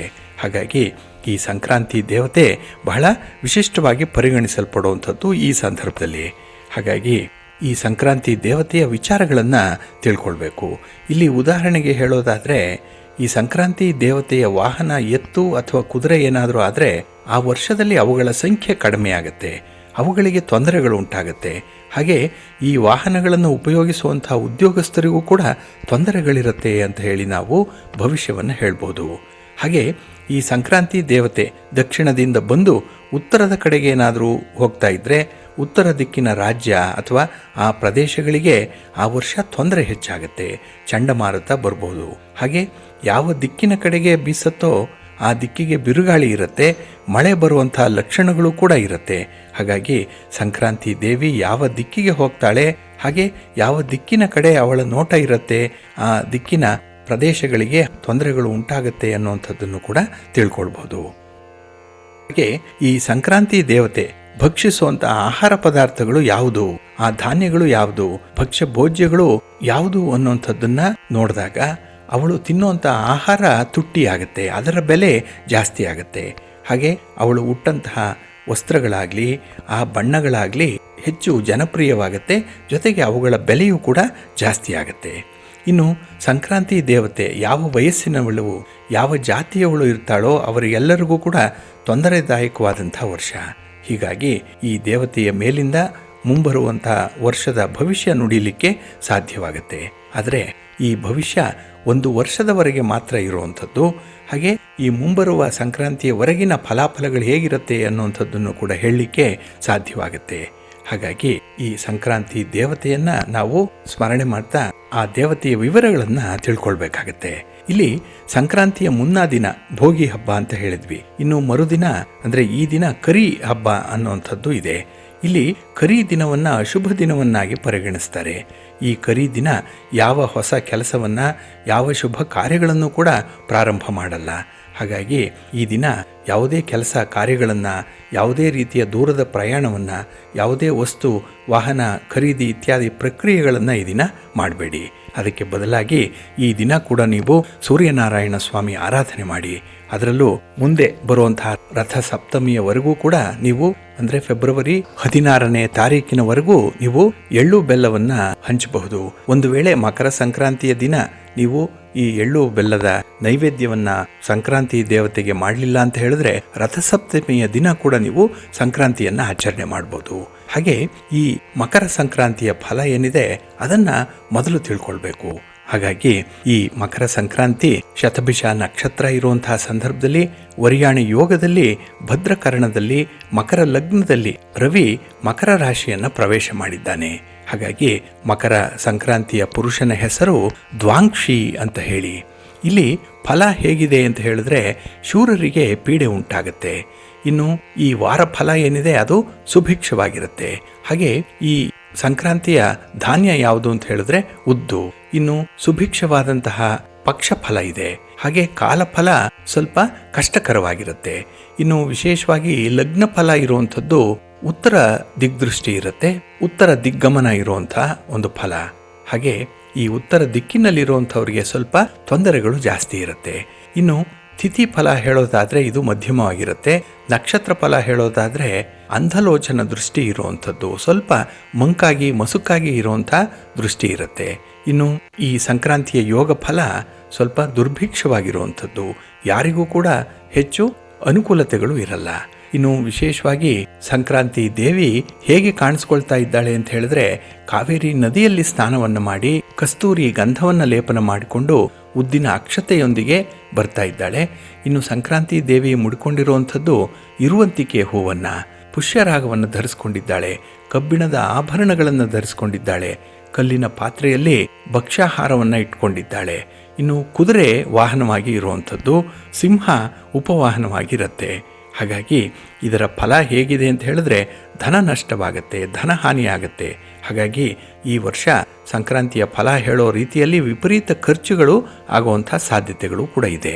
ಹಾಗೆ ಇಲ್ಲಿ ಸಂಕ್ರಾಂತಿ ದೇವಿ ಹಿಡಿದಿರುವಂತಹ ಅಂದರೆ ಆಯುಧ ಯಾವುದು ಅಂತ ಹೇಳಿದ್ರೆ ಕತ್ತಿ ಅದು. ಇನ್ನು ಸಂಕ್ರಾಂತಿ ದೇವಿ ಹಿಡ್ಕೊಂಡಿರುವಂತಹದ್ದು ನೀಲಕಂಚುಕವನ್ನು. ಇದು ಹೆಚ್ಚು ದುಃಖವನ್ನು ತರಿಸುತ್ತೆ. ಹಾಗೆ ಸಂಕ್ರಾಂತಿ ದೇವಿಯ ವಯಸ್ಸು ವೃದ್ಧೆ. ಹಾಗಾಗಿ ಹಿರಿಯರಿಗೆ, ವೃದ್ಧರಿಗೆ ಈ ವರ್ಷದಲ್ಲಿ ಸಂಕ್ರಾಂತಿಯ ಫಲ ಸ್ವಲ್ಪ ತೊಂದರೆಯನ್ನು ಕೊಡುತ್ತೆ. ಹಾಗೆ ಅನಾರೋಗ್ಯ ಸಮಸ್ಯೆಗಳು ಕೂಡ ಬಹಳ ಬೇಗ ಪರಿಹಾರ ಆಗಲ್ಲ ಅನ್ನುವಂಥದ್ದು ಇದೆ. ಇನ್ನು ಸಂಕ್ರಾಂತಿ ದೇವಿ ಹಿಡ್ಕೊಂಡಿರುವಂಥದ್ದು ಹಳೆಯ ಛತ್ರಿಯನ್ನು. ಹಾಗಾಗಿನೇ ಇಲ್ಲಿ ಹಳೆಯ ಛತ್ರಿ ಪ್ರತಿನಿಧಿಸುವಂಥದ್ದು ಹಳೆಯದನ್ನು ಬಿಟ್ಟು ಹೊಸದನ್ನು ಉಪಯೋಗಿಸುವಂಥ ಯೋಗ ಕಡಿಮೆ ಇರುತ್ತೆ. ಹಾಗಾಗಿನೇ ಹಳೆಯ ದ್ವೇಷ ವೈಷಮ್ಯಗಳೇನಿದೆ, ಅಸೂಯೆಗಳೇನಿದೆ ಅದೇ ಮುಂದುವರಿಯುತ್ತೆ. ಅದನ್ನು ಬಿಟ್ಟು ಹೊಸ ಬದುಕನ್ನು ಆರಂಭ ಮಾಡಬೇಕು ಅಂತ ಹೇಳಿದ್ರೆ ಸ್ವಲ್ಪ ಕಷ್ಟಪಟ್ಟು ನೀವು ಬದಲಾವಣೆಯ ಮಾರ್ಗವನ್ನು ಹಿಡಿಬೇಕು. ಆದರೆ ಅದು ಅಷ್ಟು ಸುಲಭ ಅಲ್ಲ. ಹಾಗಾಗಿ ಹಳೆಯದಕ್ಕೆ ಮತ್ತೆ ಜೋಲಾಡುವಂಥದ್ದು, ಅದೇ ಪೋಸ್ಟ್ ಮಾರ್ಟಮ್ ಮಾಡುವಂಥ ಕೆಲಸವನ್ನು ಮಾಡ್ತಾ ಇರ್ತಾರೆ. ಹಾಗಾಗಿ ಈ ಸಂಕ್ರಾಂತಿಯ ಕರ್ಣ ಫಲ ಏನಿದೆ ಅದು ಚಿಂತಾಚೇಷ್ಟೆಯಾಗಿ ಇರುವಂಥದ್ದು. ಅಂದರೆ ಇಡೀ ವರ್ಷ ಹೆಚ್ಚು ಚಿಂತೆಯಲ್ಲಿ ಕಾಲ ಕಳೆಯುವಂಥ ಸಾಧ್ಯತೆಗಳಿರುತ್ತೆ. ಹಾಗಾಗಿ ಕೆಲವೊಂದು ವಿಚಾರಗಳಲ್ಲಿ ಚಿಂತೆ ಮಾಡಿ ಮಾಡಿ ಅನಾರೋಗ್ಯವನ್ನು ತಂದುಕೊಳ್ಳುವಂಥದ್ದು, ಹಾಗೆ ಚಿಂತೆಯನ್ನು ಮಾಡ್ತಾನೆ ಸಮಯವನ್ನು ವ್ಯರ್ಥ ಮಾಡಿಕೊಳ್ಳುವಂಥದ್ದು ಇದೆ. ಹಾಗಾಗಿನೇ ಈ ವರ್ಷದ ಉತ್ಪತ್ತಿ ಏನಿದೆ ಅದು ಸಮಯ ಸಂದರ್ಭಕ್ಕೆ ಅನುಗುಣವಾಗಿ ಇರಲ್ಲ. ಹಾಗಾಗಿ ಅದರಿಂದ ಬರುವಂಥ ಫಲಗಳು ಕೂಡ ನೇರವಾಗಿ ಸಿಕ್ಕಲ್ಲ. ಈ ಒಂದು ಹಿನ್ನೆಲೆಯಲ್ಲಿ ನಾವು ಸಂಕ್ರಾಂತಿ ದೇವಿಯ ಆಗಮನವನ್ನು ನೋಡಿದಾಗ ಇಲ್ಲಿ ಕರ್ಮಾಧಿಪತಿಯಾದಂತಹ ಶನಿಯ ಮನೆಯಲ್ಲಿ ರವಿ ಇರೋದ್ರಿಂದ ಉದ್ಯೋಗಸ್ಥರಿಗೆ, ವ್ಯಾಪಾರಸ್ಥರಿಗೆ ಅನುಕೂಲಗಳಾಗಬೇಕು, ಸಮೃದ್ಧಿ ಇರಬೇಕು, ಪ್ರಗತಿ ಇರಬೇಕು ಅಂತ ಹೇಳಿದ್ರೆ ಪ್ರಾಮಾಣಿಕವಾಗಿ ಹಾಗೆ ಹೆಚ್ಚು ಶ್ರಮಪಟ್ಟು ಕೆಲಸವನ್ನು ಮಾಡಬೇಕು. ಶ್ರಮ ಇಲ್ಲದೆ ಈ ವರ್ಷ ಯಾವುದೇ ರೀತಿಯ ಫಲಗಳು ಸಿಕ್ಕಲ್ಲ. ಹಾಗಾಗಿ ಎಲ್ಲ 12 ರಾಶಿಯವರು ಕೂಡ ಈ ಸಂಕ್ರಾಂತಿ ದೇವಿಯ ಸ್ವರೂಪವನ್ನು ಗಮನದಲ್ಲಿಟ್ಕೊಳ್ಳಿ. ಹಾಗಾಗಿ ನೀವು ಮಾಡ್ತಾ ಇರುವಂತಹ ಉದ್ಯೋಗ, ನಿಮ್ಮ ವ್ಯಾಪಾರ, ನಿಮ್ಮ ಸ್ವಂತ ಬಿಸ್ನೆಸ್ ಇರಲಿ ಅಥವಾ ನಿಮ್ಮ ಉದ್ಯೋಗಗಳು ಯಾವುದೇ ಇರಲಿ, ಅದು ಸರ್ಕಾರಿ ಉದ್ಯೋಗ, ಅರೆ ಸರ್ಕಾರಿ ಉದ್ಯೋಗ ಅಥವಾ ಯಾವುದೇ ಒಂದು ಖಾಸಗಿ ಕಂಪನಿಯಲ್ಲಿ ಕೆಲಸ ಮಾಡ್ತಾ ಇರಿ, ಅಲ್ಲಿ ನೀವು ಪ್ರಾಮಾಣಿಕವಾಗಿ ನಿಷ್ಠೆಯಿಂದ ಕೆಲಸವನ್ನು ಮಾಡಿ. ಹಾಗೆ ಯಾರಿಗೂ ಕೂಡ ಹಿಂಸೆಯನ್ನು ಕೊಡಬೇಡಿ, ಯಾರನ್ನೂ ಪೀಡಿಸಬೇಡಿ.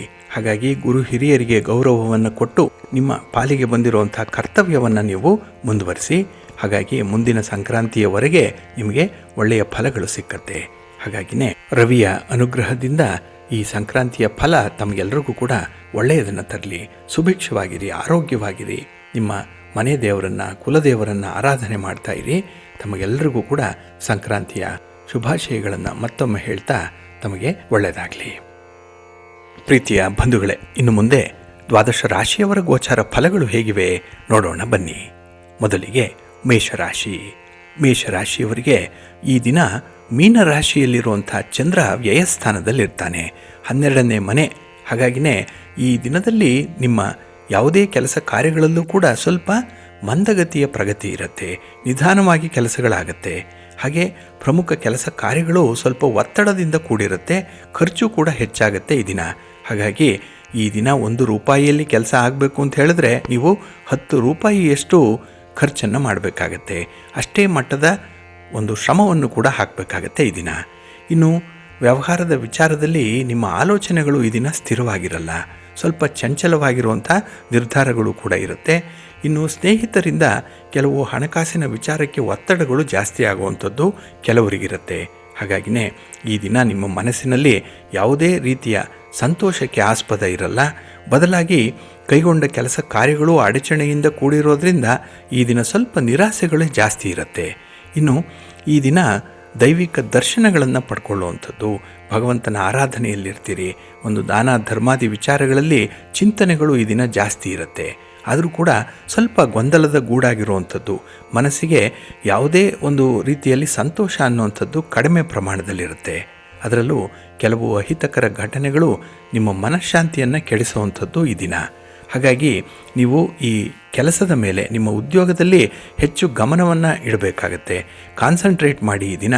ಹಾಗಾಗಿ ಬೇರೆಯ ವಿಚಾರಕ್ಕೆ ನೀವು ಹೆಚ್ಚು ಚಿಂತೆ ಮಾಡುವಂಥ ಅಗತ್ಯ ಇಲ್ಲ. ಇನ್ನು ಈ ದಿನ ನಿಮ್ಮ ವಿರೋಧಿಗಳ ಹೇಳಿಕೆಗೆ ಮಹತ್ವವನ್ನು ಕೊಡಬೇಡಿ.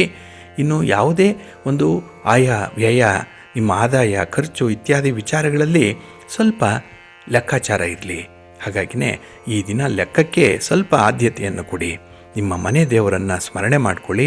ಹಾಗೆ ಲಕ್ಷ್ಮೀ ವೆಂಕಟೇಶ್ವರ ಸ್ವಾಮಿ ಆರಾಧನೆ ಮಾಡಿ ಈ ದಿನ ಒಳ್ಳೆಯದಾಗತ್ತೆ. ನಿಮ್ಮ ಅದೃಷ್ಟದ ಬಣ್ಣ ಗುಲಾಬಿ, ಅದೃಷ್ಟದ ದಿಕ್ಕು ಈಶಾನ್ಯ ದಿಕ್ಕು, ಅದೃಷ್ಟ ಸಂಖ್ಯೆ 5. ವೃಷಭ ರಾಶಿ. ವೃಷಭ ರಾಶಿಯವರಿಗೆ ಈ ದಿನ ಲಾಭಸ್ಥಾನದಲ್ಲಿ ಚಂದ್ರ ಇರುವಂಥ ದಿನ. ಹಾಗಾಗಿನೇ ಈ ದಿನ ನಿಮಗೆ ತುಂಬ ಪ್ರೋತ್ಸಾಹದಾಯಕವಾಗಿರುವಂಥ ದಿನ. ಎಲ್ಲ ಕೆಲಸ ಕಾರ್ಯಗಳಲ್ಲೂ ಕೂಡ ಬಹಳ ಅಚ್ಚುಕಟ್ಟಾದಂಥ ಒಂದು ಆರಂಭ ಇದೆ. ಹಾಗಾಗಿ ಎಲ್ಲಿ ಆರಂಭ ಚೆನ್ನಾಗಿದೆಯೋ ಅಲ್ಲಿ ಕೆಲಸಗಳ ಮುಕ್ತಾಯ ಕೂಡ ಬಹಳ ಅತ್ಯುತ್ತಮವಾಗಿರುತ್ತೆ, ಒಳ್ಳೆಯ ಫಲ ಸಿಕ್ಕತ್ತೆ. ಹಾಗೆ ಎಲ್ಲ ಕಡೆ ನಿಮಗೆ ಪ್ರಯತ್ನಗಳು ಸಕಾರಾತ್ಮಕವಾಗಿದೆ, ಒಂದು ಪಾಸಿಟಿವ್ ರಿಸಲ್ಟ್ ಬರುವಂಥ ದಿನ. ಹಾಗಾಗಿ ಬಹಳ ದಿನಗಳಿಂದ ಅರ್ಧಂಬರ್ಧ ಆಗಿರುವಂಥ ಕೆಲಸಗಳನ್ನು ಈ ದಿನ ಪೂರ್ಣಗೊಳಿಸುವಂಥ ಮನಸ್ಸಿದೆ, ಅದು ಕೂಡ ನಿಮ್ಮ ಪರವಾದಂಥ ಫಲಿತಾಂಶವನ್ನು ತರುತ್ತೆ. ಹಾಗಾಗಿ ಈ ದಿನ ಸ್ಥಿರಾಸ್ತಿಯ ಪ್ರಯತ್ನಗಳೇನಿದೆ ಅದು ಒಳ್ಳೆಯ ಫಲವನ್ನು ಕೊಡುತ್ತೆ. ಅದರಲ್ಲೂ ಕುಜ ಭೂಮಿಕಾರಕ. ಈ ದಿನ ನೀವು ಈ ಆಸ್ತಿಯ ಬಗ್ಗೆ, ಮನೆಯ ಬಗ್ಗೆ ಅಥವಾ ನಿಮ್ಮ ಜಮೀನಿನ ಬಗ್ಗೆ ಯಾವುದೇ ರೀತಿಯ ತೀರ್ಮಾನಗಳನ್ನು ಕೈಗೊಂಡರೂ ಕೂಡ ಅದು ನಿಮಗೆ ಅನುಕೂಲಕರವಾಗಿರುತ್ತೆ, ಲಾಭದಾಯಕವಾಗಿರುತ್ತೆ. ಹಾಗಾಗಿ ಅಂಥ ಪ್ರಯತ್ನಗಳೇನಾದರೂ ಇದ್ದರೆ ಅದನ್ನು ನೀವು ಮುಂದುವರಿಸಿ. ಇನ್ನು ವಿಶೇಷವಾಗಿ ಈ ದಿನ ಮನೆಯ ಹೊರಗಿನ ಪರಿಸ್ಥಿತಿಗಳು ಕೂಡ ಅನುಕೂಲವನ್ನು ತರುತ್ತೆ. ಹಾಗಾಗಿ ನಿಮ್ಮ ಪ್ರಯಾಣ ನಿಮಗೆ ಸಂತೋಷವನ್ನು ತರುತ್ತೆ, ಪ್ರಯಾಣದ ಉದ್ದೇಶ ಈಡೇರುತ್ತೆ. ಹಾಗೆ ನಿಮ್ಮ ಪ್ರೀತಿ ಪಾತ್ರರ ವಿಚಾರದಲ್ಲಿ ಈ ದಿನ ಸ್ವಲ್ಪ ಅನುಕಂಪಪೂರ್ವಕವಾಗಿ ಕೆಲಸ ಮಾಡುವಂಥದ್ದು ಇದೆ. ಹಾಗಾಗಿ ಅವರ ಬಗ್ಗೆ ಒಂದು ಸಾಫ್ಟ್ ಕಾರ್ನರ್ ಇರುವಂಥ ಸಂದರ್ಭ ಇದು. ಇನ್ನು ನಿಮ್ಮ ವೃತ್ತಿ, ನಿಮ್ಮ ವ್ಯವಹಾರ ಈ ದಿನ ನಿಮ್ಮ ನಿರೀಕ್ಷಿತ ಮಟ್ಟದಲ್ಲಿ ನಡೀತಾ ಇರುತ್ತೆ. ಹಾಗಾಗಿಯೇ ಸಮಾಧಾನ, ಸಂತೋಷ ಅನ್ನುವಂಥದ್ದು ಈ ದಿನ ಇದೆ. ಹಾಗೆ ಈ ದಿನದಲ್ಲಿ ನಿಮ್ಮ ಉತ್ಸಾಹವನ್ನು ಹೆಚ್ಚಿಸುವಂಥ ಘಟನೆಗಳು ಕೂಡ ನಡೆಯುತ್ತೆ. ಹಾಗಾಗಿ ನಿಮಗೆ ಒಂದು ಮೋಟಿವೇಶನ್, ಕೆಲಸ ಕಾರ್ಯಗಳನ್ನು ಮಾಡಬೇಕು ಅನ್ನುವಂಥ ಒಂದು ಪ್ರಮುಖವಾದ ನಿರ್ಧಾರಗಳನ್ನು ಕೈಗೊಳ್ಳುವಂಥ ಸಂದರ್ಭಗಳು ಕೂಡ ಇದೆ. ಇನ್ನು ಬೆಲೆ ಬಾಳುವ ವಸ್ತುಗಳನ್ನು ಖರೀದಿ ಮಾಡುವಂಥ ಒಂದು ಯೋಗ ಕೂಡ ಇದೆ. ಆದರೆ ಈ ಸಂದರ್ಭ ಸರಿ ಇದೆಯೇ ಅನ್ನುವಂಥದ್ದನ್ನು ನೋಡಿ ಮುಂದುವರಿಸುವಂಥದ್ದು ಉತ್ತಮ. ಇನ್ನು ಭೋಜನದಲ್ಲಿ, ಮನರಂಜನೆಯಲ್ಲಿ ನಿಮ್ಮ ಬಾಲ್ಯದ ಗೆಳೆಯರೊಂದಿಗೆ ಸ್ವಲ್ಪ ಸಮಯವನ್ನು ಕಳೆಯುವಂಥದ್ದು ಇದೆ, ಸುತ್ತಾಟ ಇದೆ. ಒಟ್ಟಾರೆ ಈ ದಿನ ಸಂತೋಷದ ದಿನ. ನಿಮ್ಮ ಇಷ್ಟ ದೇವರನ್ನು ಆರಾಧನೆ ಮಾಡ್ತಾಯಿರಿ. ಹಾಗೆ ಭಕ್ತಿಯಿಂದ ಶಿವಪಾರ್ವತಿಯರ ದರ್ಶನ ಮಾಡಿ ಶಿವಸ್ತೋತ್ರವನ್ನು ಹೇಳ್ಕೊಳ್ಳಿ, ಒಳ್ಳೆಯದಾಗತ್ತೆ. ನಿಮ್ಮ ಅದೃಷ್ಟದ ಬಣ್ಣ ಬಿಳುಪು, ಅದೃಷ್ಟದ ದಿಕ್ಕು ಈಶಾನ್ಯ ದಿಕ್ಕು, ಅದೃಷ್ಟ ಸಂಖ್ಯೆ 1. ಮಿಥುನ ರಾಶಿ. ಮಿಥುನ ರಾಶಿಯವರಿಗೆ ಈ ದಿನ ಕಾರ್ಯಸಾಧನೆಯ ದಿನ. ಅದರಲ್ಲೂ ದಕ್ಷತೆಯಿಂದ ಕಾರ್ಯಗಳನ್ನು ಮಾಡ್ತೀರಿ, ಉತ್ಸಾಹದಿಂದ ಕೆಲಸವನ್ನು ಮಾಡ್ತೀರಿ. ಅದರಲ್ಲೂ 10ನೇ ಮನೆಯಲ್ಲಿ ಚಂದ್ರ ಇದ್ದಾಗ, ನಿಮಗೆ ಉದ್ಯೋಗ ಸ್ಥಾನದಲ್ಲಿ ಚಂದ್ರ ಇದ್ದಾಗ ಮನಸ್ಸಿಗೆ ತುಂಬ ಸಂತೋಷ ನೀಡುವಂಥ ಕೆಲಸಗಳೇ ನಿಮಗೆ ಸಿಕ್ಕತ್ತೆ. ಹಾಗಾಗಿ ನಿಮಗೆ ನಿಮ್ಮ ಒಂದು ಟ್ಯಾಲೆಂಟ್ಗೆ, ನಿಮ್ಮ ಶಕ್ತಿ ಸಾಮರ್ಥ್ಯಕ್ಕೆ ಹೇಳಿ ಮಾಡಿಸಿದಂತಹ ಕೆಲಸಗಳನ್ನು ಈ ದಿನ ನಿಭಾಯಿಸ್ತೀರಿ. ಅದರಿಂದ ಬರುವಂಥ ಫಲಗಳನ್ನು ಕೂಡ ಬಹಳ ಸಂತೋಷದಿಂದ ಅನುಭವಿಸ್ತೀರಿ. ಹಾಗೆ ಈ ದಿನ ಗ್ರಹಗತಿಗಳು ನಿಮಗೆ ತುಂಬ ಅನುಕೂಲಕರವಾದಂತಹ ಸ್ಥಿತಿಯಲ್ಲಿದೆ. ಅದಕ್ಕಾಗಿಯೇ ಅದರ ಸದುಪಯೋಗವನ್ನು ಪಡಿಸ್ಕೊಂಡು ಒಳ್ಳೆಯ ಕೆಲಸಗಳನ್ನು, ಒಳ್ಳೆಯ ಆಲೋಚನೆಗಳನ್ನು ಈ ದಿನ ಮುಂದುವರಿಸಿದ್ರೆ ಮುಂದೊಂದು ದಿನ ಒಳ್ಳೆಯ ಫಲಿತಾಂಶಗಳೇ ಸಿಕ್ಕತ್ತೆ. ಹಾಗಾಗಿ ಯಾವುದೇ ವಿಚಾರದಲ್ಲೂ ಕೂಡ ಈ ನೆಗೆಟಿವ್ ಥಾಟ್ಸ್ ಅನ್ನುವಂಥದ್ದನ್ನು ಇಟ್ಕೊಳ್ಬೇಡಿ. ಧನಾತ್ಮಕವಾಗಿರಿ, ಒಳ್ಳೆಯ ಆಲೋಚನೆಗಳನ್ನು ಮಾಡಿ ಈ ಕೆಲಸ ಆಗೇ ಆಗತ್ತೆ, ಅದು ಒಳ್ಳೆಯ ಫಲಿತಾಂಶವನ್ನೇ ತರುತ್ತೆ ಅನ್ನುವಂಥ ನಿರ್ಧಾರವನ್ನು ಮಾಡಿ ಒಳ್ಳೆಯದಾಗತ್ತೆ. ಇನ್ನು ನಿಮ್ಮ ವೈವಾಹಿಕ ಜೀವನದಲ್ಲಿ ಯಾವುದೇ ರೀತಿಯ ಭಿನ್ನಾಭಿಪ್ರಾಯಗಳಿದ್ದರೂ ಕೂಡ ಅದು ಪರಿಹಾರವಾಗುತ್ತೆ. ಹಾಗೆ 3ನೇ ವ್ಯಕ್ತಿಯಿಂದ ನಿಮಗೆ ತೊಂದರೆಗಳಾಗ್ತಾ ಇದ್ದರೆ, ಹಣಕಾಸಿನ ಒತ್ತಡ ಇದ್ದರೆ, ಈ ಪಾರ್ಟ್ನರ್ಶಿಪ್ಪಲ್ಲಿ ಮಾಡುವಂಥ ವ್ಯವಹಾರಗಳಿಂದ ಯಾವುದೇ ರೀತಿಯ ವ್ಯತ್ಯಾಸಗಳಿದ್ದರೂ ಕೂಡ ಅದನ್ನು ಪರಿಹಾರ ಮಾಡ್ಕೊಳ್ತೀರಿ. ಅಂಥ ಒಂದು ಜಾಣ್ಮೆ ಇದೆ, ಜಾಣತನ ಇದೆ. ಗುರು ಹಿರಿಯರ ಸಮ್ಮುಖದಲ್ಲಿ ಅಂಥ ಒಂದು ಸಮಸ್ಯೆಗೆ ಪರಿಹಾರವನ್ನು ಕಂಡುಕೊಳ್ಳುವಂಥ ಪ್ರಯತ್ನ ಈ ದಿನ ಆಗುತ್ತೆ. ಒಟ್ಟಾರೆ ಈ ದಿನ ನಿಮ್ಮ ಪ್ರಯತ್ನಕ್ಕೆ ಮೀರಿದಂಥ ಫಲವನ್ನು ಪಡ್ಕೊಳ್ತೀರಿ. ಇನ್ನು ಸ್ಥಿರಾಸ್ತಿಯ ವ್ಯವಹಾರಗಳು ಅಷ್ಟೊಂದು ಒಳ್ಳೆಯದನ್ನು ತರ್ತಾ ಇಲ್ಲ, ಸ್ವಲ್ಪ ಮುಂದಕ್ಕೆ ಹಾಕುವಂಥದ್ದು ಉತ್ತಮ. ಇನ್ನು ವಿಶೇಷವಾಗಿ ಮಾನಸಿಕ ಶಾಂತಿಯನ್ನು ನೀವು ಕಾಪಾಡಿಕೊಳ್ಬೇಕು. ಅದನ್ನು ಅಂದರೆ ಶಾಂತಿಯನ್ನು ಪಡ್ಕೊಳ್ಳಿಕ್ಕೆ, ನೆಮ್ಮದಿಯನ್ನು ನೀವು ಅನುಭವಿಸಲಿಕ್ಕೆ ಯಾವ ಯಾವ ಕಾರ್ಯಗಳು ಕಾರಣವಾಗುತ್ತೆ ಅದನ್ನು ಈ ದಿನ ಹೆಚ್ಚು ಮಾಡುವಂಥ ಪ್ರಯತ್ನ ಮಾಡಿ, ಸಮಾಧಾನ ಇರುತ್ತೆ. ನಿಮ್ಮ ಮನೆ ದೇವರನ್ನು ಸ್ಮರಣೆ ಮಾಡ್ತಾಯಿರಿ. ಹಾಗೆ ಭಕ್ತಿಯಿಂದ ದುರ್ಗಾಸ್ತುತಿಯನ್ನು ಮಾಡಿ ಅಮ್ಮನವರ ದರ್ಶನ ಮಾಡಿಕೊಳ್ಳಿ. ಈ ದಿನ ಒಳ್ಳೆಯದಾಗತ್ತೆ. ನಿಮ್ಮ ಅದೃಷ್ಟದ ಬಣ್ಣ ಕೆಂಪು, ಅದೃಷ್ಟದ ದಿಕ್ಕು ಉತ್ತರ ದಿಕ್ಕು, ಅದೃಷ್ಟ ಸಂಖ್ಯೆ 1. ಕರ್ಕಾಟಕ ರಾಶಿ. ಕರ್ಕಾಟಕ ರಾಶಿಯವರಿಗೆ ಈ ದಿನ ನಿಮ್ಮ ರಾಶಿಯ ಅಧಿಪತಿಯಾದಂತಹ ಚಂದ್ರ 9ರ ಸ್ಥಾನದಲ್ಲಿರ್ತಾನೆ. ಹಾಗಾಗಿಯೇ ಈ ದಿನದ ಒಂದು ಹಣಕಾಸಿನ ಪರಿಸ್ಥಿತಿಯಾಗಲಿ ಅಥವಾ ಈ ಸಂಬಂಧದ ವಿಚಾರದಲ್ಲಾಗಲಿ ಸ್ವಲ್ಪ ವಿಚಲಿತರಾಗುವಂಥ ಸಾಧ್ಯತೆಗಳಿರುತ್ತೆ. ಅಂದರೆ ನೀವು ಅಂದುಕೊಂಡಂತಹ ಕೆಲಸ ಕಾರ್ಯಗಳು ನಿಗದಿತ ಸಮಯಕ್ಕೆ ಆಗಲ್ಲ, ಖರ್ಚುಗಳು ಜಾಸ್ತಿ ಆಗುತ್ತೆ. ಜೊತೆಗೆ ಈ ದಿನದಲ್ಲಿ ಬೇರೆಯವರನ್ನು ನಂಬಿ ಮೋಸ ಹೋಗುವಂಥ ಸಾಧ್ಯತೆಗಳು ಹೆಚ್ಚಾಗಿರುತ್ತೆ. ಹಾಗೆ ಆರೋಗ್ಯದ ವಿಚಾರದಲ್ಲೂ ಕೂಡ ಹೆಚ್ಚು ಜಾಗರೂಕರಾಗಿರಬೇಕು. ಆರೋಗ್ಯವನ್ನು ನಿರ್ಲಕ್ಷ್ಯ ಮಾಡ್ತೀರಿ ಈ ದಿನ. ಹಾಗಾಗಿ ಕೆಲಸವೇ ಪ್ರಧಾನ ಅಂತ ಹೇಳಿ ಹೋಗ್ತೀರಿ, ಕೆಲಸದ ಫಲಿತಾಂಶ ಕೂಡ ಅಷ್ಟಕ್ಕಷ್ಟೇ ಬರುವಂಥದ್ದು. ಹಾಗಾಗಿ ಈ ದಿನ ನೀವು ದುಡಿದಂಥ ಹಣವನ್ನು ಉಳಿಸ್ಕೊಳ್ಳುವಂಥದ್ದೇ ದೊಡ್ಡತನ. ಹಾಗೆ ಉಳಿತಾಯ ಮಾಡಿರುವಂಥ ಹಣವನ್ನು ಖರ್ಚು ಮಾಡದೆ ಬಹಳ ವಿವೇಚನೆಯಿಂದ ವಿನಿಯೋಗ ಮಾಡುವಂಥದ್ದೇ ನಿಮ್ಮ ಬುದ್ಧಿವಂತಿಕೆ. ಹಾಗಾಗಿಯೇ ಈ ದಿನ ಎಲ್ಲ ವಿಚಾರಗಳಲ್ಲೂ ಕೂಡ ನೀವು ಸ್ವಲ್ಪ ಅಲರ್ಟ್ ಆಗಿರಬೇಕಾಗತ್ತೆ. ಇನ್ನು ಹಣಕಾಸಿನ ಪರಿಸ್ಥಿತಿ ಆಗಲಿ, ನಿಮ್ಮ ಕುಟುಂಬದ ಪರಿಸ್ಥಿತಿ ಆಗಲಿ ಗೊಂದಲಮಯವಾಗಿರುವಂಥದ್ದು. ಎರಡರಲ್ಲೂ ಕ್ಲಾರಿಟಿ ಇಲ್ಲ, ಎರಡರಲ್ಲೂ ಒಂದು ರೀತಿಯಲ್ಲಿ ಏನು ಮಾಡಬೇಕು ಅನ್ನುವಂಥದ್ದೇ ನಿಮ್ಮ ಮನಸ್ಸಿಗೆ ತೋಚಲ್ಲ. ಹಾಗಾಗಿ ಒಂದು ಗೋಜಲಾಗಿ ಗೊಂದಲಮಯವಾಗಿ ಈ ದಿನ ಇರುತ್ತೆ. ಹಾಗೆ ಈ ದಿನ ವ್ಯರ್ಥ ಪ್ರಯಾಣವನ್ನು ಕೂಡ ಮಾಡಬೇಕಾಗತ್ತೆ. ನೀವು ಮಾಡುವಂಥ ಪ್ರಯಾಣ ನಿಮಗೆ ಯಾವುದೇ ರೀತಿಯ ಲಾಭವನ್ನು ತರಲ್ಲ, ಬದಲಿಗೆ ಆಯಾಸ ಉಂಟಾಗುತ್ತೆ, ಖರ್ಚು ಕೂಡ ಜಾಸ್ತಿ ಆಗುತ್ತೆ. ಇನ್ನು ಮನೆಯ ಹೊರಗೆ ಸಮಸ್ಯೆಗಳು ಜಾಸ್ತಿ ಆಗುವಂಥದ್ದು.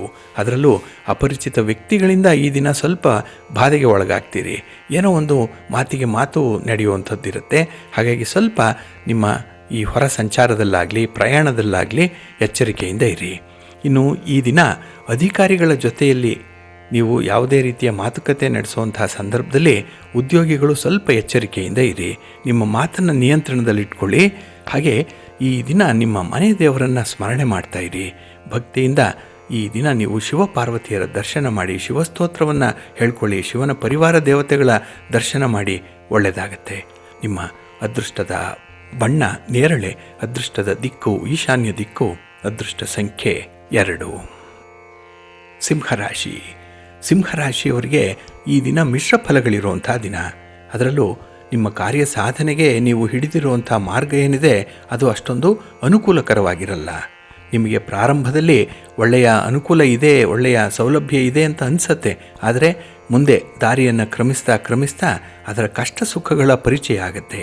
ಹಾಗಾಗಿನೇ ಈ ದಿನ ಯಾವುದೇ ಕೆಲಸವನ್ನು ಆರಂಭ ಮಾಡುವ ಮೊದಲು ತಜ್ಞರ ಒಂದು ಸಲಹೆಯನ್ನು ಪಡ್ಕೊಳ್ಳಿ. ಅದರಲ್ಲಿ ಯಾರಿಗೆ ಅನುಭವ ಇದೆ ಅಂಥವರ ಮಾರ್ಗದರ್ಶನ ಪಡ್ಕೊಳ್ಳಿ. ಅಂಥವರಿಂದ ನೀವು ಸಲಹೆ ಮಾರ್ಗದರ್ಶನ ಪಡೆದೇ ಮುಂದುವರಿಯುವಂಥದ್ದು ಉತ್ತಮ. ಇಲ್ಲ ಅಂತ ಹೇಳಿದ್ರೆ ನಷ್ಟಕ್ಕೆ ಕಾರಣವಾಗುತ್ತೆ. ಹಾಗೆ ಈ ದಿನ ನಿಮ್ಮ ಸ್ನೇಹಿತರೊಂದಿಗೆ ತುಂಬ ಸೌಹಾರ್ದಯುತವಾಗಿ ಇರ್ತೀರಿ. ಆದರೆ ಯಾವುದೋ ಒಂದು ಬೇಡದ ವಿಚಾರಕ್ಕೆ ಈ ದಿನ ಜಗಳ ಪ್ರಾರಂಭ ಆಗುವಂಥದ್ದು ಇರುತ್ತೆ. ಹಾಗಾಗಿ ನಿಮ್ಮ ಕೋಪವನ್ನು ನಿಮ್ಮ ನಿಯಂತ್ರಣದಿಂದ ಹಿಡಿದಿಟ್ಕೊಳ್ಳಿಕ್ಕೆ ಸಾಧ್ಯವಾಗಲ್ಲ. ಹಾಗಾಗಿನೇ ಈ ದಿನ ಸ್ವಲ್ಪ ಮನಸ್ತಾಪಗಳನ್ನು ಮಾಡ್ಕೊಳ್ತೀರಿ. ನಿಮಗೆ ತೀರಾ ಬೇಕಾದಂಥವರ ಜೊತೆಯಲ್ಲೇ ನಿಮಗೆ ಒಂದು ರೀತಿಯಲ್ಲಿ ಮನಸ್ತಾಪ ಆಗುತ್ತೆ. ಸಂಬಂಧಗಳು ದೂರವಾಗುತ್ತೆ. ಹಾಗಾಗಿನೇ ಮನಸ್ಸಿಗೆ ತುಂಬ ಕಸಿವಿಸಿ ಉಂಟಾಗುವಂಥದ್ದು, ನಾಳೆಯ ದಿನ ಪಶ್ಚಾತ್ತಾಪ ಪಡುವಂಥ ಸನ್ನಿವೇಶಗಳು ಈ ದಿನ ಒದಗಿ ಬರುವಂಥದ್ದಿದೆ. ಸ್ವಲ್ಪ ಜಾಗ್ರತೆ. ಹಾಗೆ ಈ ದಿನ ನಿಮ್ಮ ಆರೋಗ್ಯವನ್ನು ನೋಡಿಕೊಳ್ಳಿ. ಇನ್ನು ಪ್ರಯಾಣದ ಸಂದರ್ಭದಲ್ಲೂ ಕೂಡ ಸ್ವಲ್ಪ ಎಚ್ಚರಿಕೆ ಇರಲಿ. ನಿಮ್ಮ ಸ್ವಂತ ವಾಹನವೇ ಈ ದಿನ ನಿಮಗೆ ಕೈ ಕೊಡುತ್ತೆ. ವಾಹನದ ವೆಚ್ಚಗಳು ಜಾಸ್ತಿ ಆಗುತ್ತೆ, ಸ್ವಲ್ಪ ದುಬಾರಿ ಆಗುತ್ತೆ ನಿಮ್ಮ ಪ್ರಯಾಣ. ಹಾಗಾಗಿ ದೂರದ ಪ್ರಯಾಣ ಇದ್ದರೆ ಮುಂದಕ್ಕೆ ಹಾಕಿ. ನೀವು ಇರುವ ಕಡೆಯಿಂದಲೇ ಕೆಲಸಗಳನ್ನು ನಿರ್ವಹಣೆ ಮಾಡಿಕೊಳ್ಳುವಂಥ ಸಾಮರ್ಥ್ಯ ಇದೆ, ಶಕ್ತಿ ಇದೆ, ನೆಟ್ವರ್ಕ್ ಚೆನ್ನಾಗಿದೆ. ಅದನ್ನು ಬಳಸ್ಕೊಳ್ಳಿ. ನಂಬಿಕೆ ಇಡಿ, ವಿಶ್ವಾಸ ಇಟ್ಟು ಕೆಲವರ ಕೆಲಸಗಳನ್ನು ನೀವು ಕೆಲಸಗಳನ್ನು ಅವರಿಗೆ ವಹಿಸಿ ಅದನ್ನು ಸ್ವಲ್ಪ ಮ್ಯಾನೇಜ್ ಮಾಡಬೇಕಾಗತ್ತೆ. ಅಂಥ ಒಂದು ಸೂಕ್ಷ್ಮತೆಯನ್ನು ಈ ದಿನ ಇಟ್ಕೊಳ್ಳಿ. ಒಳ್ಳೆಯದಾಗತ್ತೆ. ನಿಮ್ಮ ಇಷ್ಟ ದೇವರನ್ನು ಆರಾಧನೆ ಮಾಡ್ತಾಯಿರಿ. ವಿಷ್ಣು ಸ್ತೋತ್ರವನ್ನು ಹೇಳ್ಕೊಳ್ಳಿ, ವಿಷ್ಣು ಸಹಸ್ರನಾಮ ಹೇಳ್ಕೊಳ್ಳಿ. ಹಾಗೆ ಈ ದಿನ ತುಳಸಿಯ ದರ್ಶನ ಮಾಡಿ, ತುಳಸಿಗೆ ನಮಸ್ಕಾರ ಮಾಡಿಕೊಳ್ಳಿ. ಒಳ್ಳೆಯದಾಗತ್ತೆ. ನಿಮ್ಮ ಅದೃಷ್ಟದ ಬಣ್ಣ ತಿಳಿ ಹಸಿರು, ಅದೃಷ್ಟದ ದಿಕ್ಕು ಈಶಾನ್ಯ ದಿಕ್ಕು, ಅದೃಷ್ಟ ಸಂಖ್ಯೆ 3. ಕನ್ಯಾರಾಶಿ. ಕನ್ಯಾರಾಶಿಯವರಿಗೆ ಈ ದಿನ ಅತ್ಯುತ್ತಮವಾದಂತಹ ದಿನ, ಸಂತೋಷದ ದಿನ. ಕಳತ್ರ ಸ್ಥಾನದಲ್ಲಿ ಚಂದ್ರ ಇರುವಂಥ ದಿನ. ಹಾಗಾಗಿನೇ ಈ ದಿನ ತುಂಬ ಯಶಸ್ಸಿರುವಂಥ ದಿನ. ನೀವು ಯಾವುದೇ ಕೆಲಸಕ್ಕೆ ಕೈ ಹಾಕಿದ್ರೂ ಕೂಡ ಅಲ್ಲಿ ಸಮಾಧಾನದ ಫಲಿತಾಂಶಗಳು ಇರುತ್ತೆ. ಹಾಗೆ ಈ ದಿನ ಕೆಲವು ಕೆಲಸಗಳಿಗೆ ಸ್ವಲ್ಪ ಶ್ರಮ ಪಡಬೇಕು. ಶ್ರಮ ಇಲ್ಲದೆ ಕೆಲಸ ಆಗಲ್ಲ. ಆದರೆ ನೀವು ಎಷ್ಟು ಶ್ರಮವನ್ನು ಹಾಕ್ತೀರೋ ಅಷ್ಟು ನಿಮಗೆ ಒಳ್ಳೆಯ ಫಲ ಅನ್ನುವಂಥದ್ದು ಸಿಕ್ಕತ್ತೆ. ಹಾಗೆ ಈ ದಿನ ಯಾವುದೇ ರೀತಿಯ ಸ್ಪರ್ಧೆಯಲ್ಲಿ ಭಾಗವಹಿಸುವಂಥವ್ರಿಗೂ ಕೂಡ ಉತ್ತಮವಾದಂತಹ ಅವಕಾಶಗಳಿದೆ. ನಿಮ್ಮ ಪ್ರತಿಭೆಗೆ ತಕ್ಕ ಸ್ಥಾನಮಾನ ಸಿಕ್ಕತ್ತೆ, ಸೂಕ್ತವಾದಂಥ ಒಂದು ವೇದಿಕೆ ಕೂಡ ಸಿಕ್ಕತ್ತೆ. ಹಾಗೆ ನೀವು ಹೇಳಬೇಕಾಗಿರುವಂತಹ ವಿಚಾರಗಳನ್ನು, ನಿಮ್ಮ ಅಭಿಪ್ರಾಯಗಳನ್ನು ಬಹಳ ಪರಿಣಾಮಕಾರಿಯಾಗಿ ಹೇಳ್ತೀರಿ. ನಿಮ್ಮ ಮಾತು ತುಂಬ ಎಫೆಕ್ಟಿವ್ ಆಗಿರುತ್ತೆ ಈ ದಿನ. ಹಾಗಾಗಿನೇ ನಿಮ್ಮಿಂದ ಯಾರು ದೂರ ಹೋಗಿದ್ದಾರೆ ಅಂಥವರ ಒಂದು ಗೆಳೆತನವನ್ನು ಮತ್ತೆ ಪಡ್ಕೊಳ್ಳುವಂಥದ್ದು ಕೂಡ ನಿಮ್ಮ ಮಾತು. ಹಾಗಾಗಿ ಮಾತಿನಲ್ಲಿ ಒಂದು ಮೋಡಿ ಇದೆ, ಮಾತಿನಲ್ಲಿ ವಿಶ್ವಾಸ ಇದೆ. ಹಾಗೆ ಮಾತೇ ನಿಮಗೆ ಹೆಚ್ಚು ಗೌರವವನ್ನು ತಂದುಕೊಡುತ್ತೆ ಈ ದಿನ. ಹಾಗೆ ಈ ದಿನ ಉತ್ತಮವಾದಂಥ ಅವಕಾಶಗಳು ಬರುತ್ತೆ, ಉತ್ತಮವಾದಂಥ ಆಪರ್ಚುನಿಟೀಸ್ ಬರುವಂಥದ್ದು. ಇದನ್ನು ಅನುಕೂಲಕರವಾಗಿ ಬಳಸ್ಕೊಳ್ಳಿ.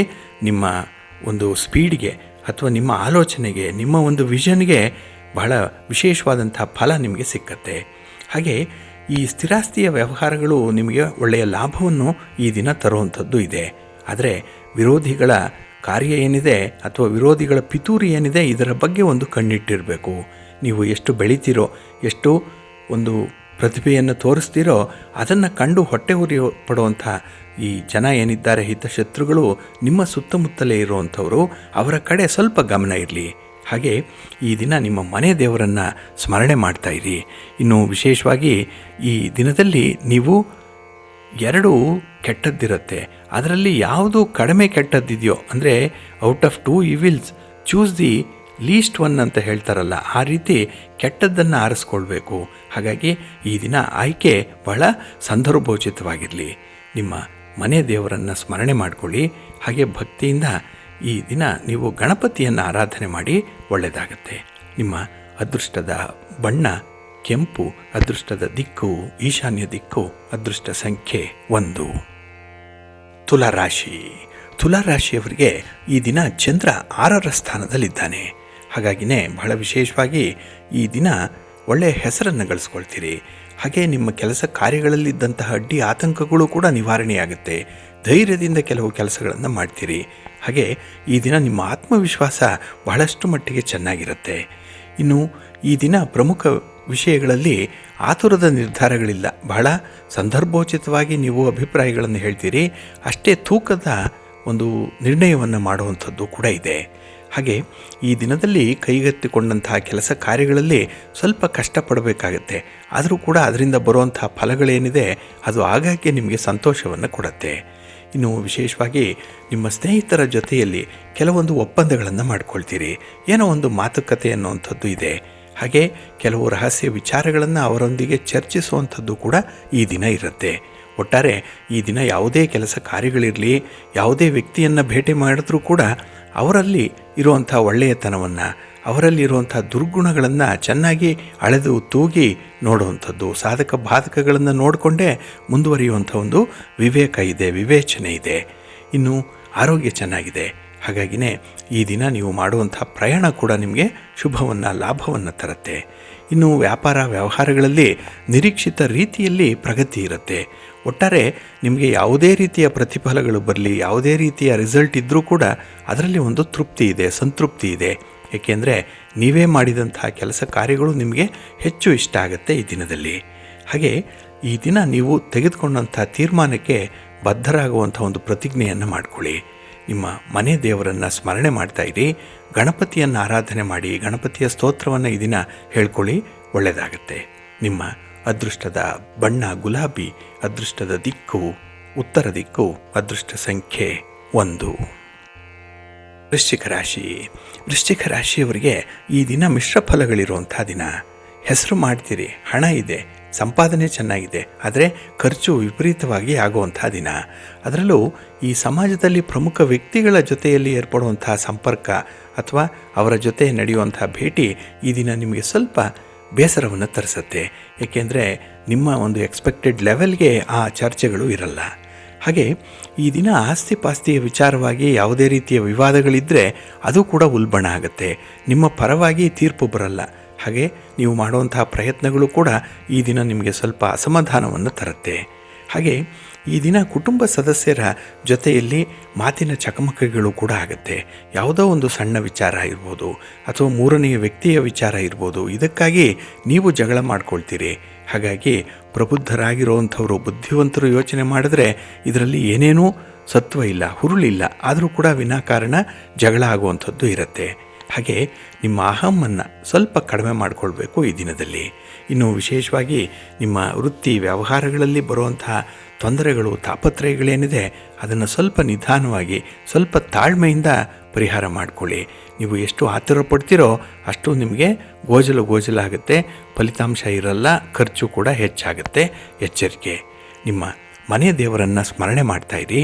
ಹಾಗೆ ಭಕ್ತಿಯಿಂದ ಈ ದಿನ ನೀವು ಸೂರ್ಯನಾರಾಯಣ ಸ್ವಾಮಿಯನ್ನು ಧ್ಯಾನ ಮಾಡಿ, ಆದಿತ್ಯ ಹೃದಯ ಸ್ತೋತ್ರವನ್ನು ಹೇಳ್ಕೊಳ್ಳಿ, ಒಳ್ಳೆಯದಾಗತ್ತೆ.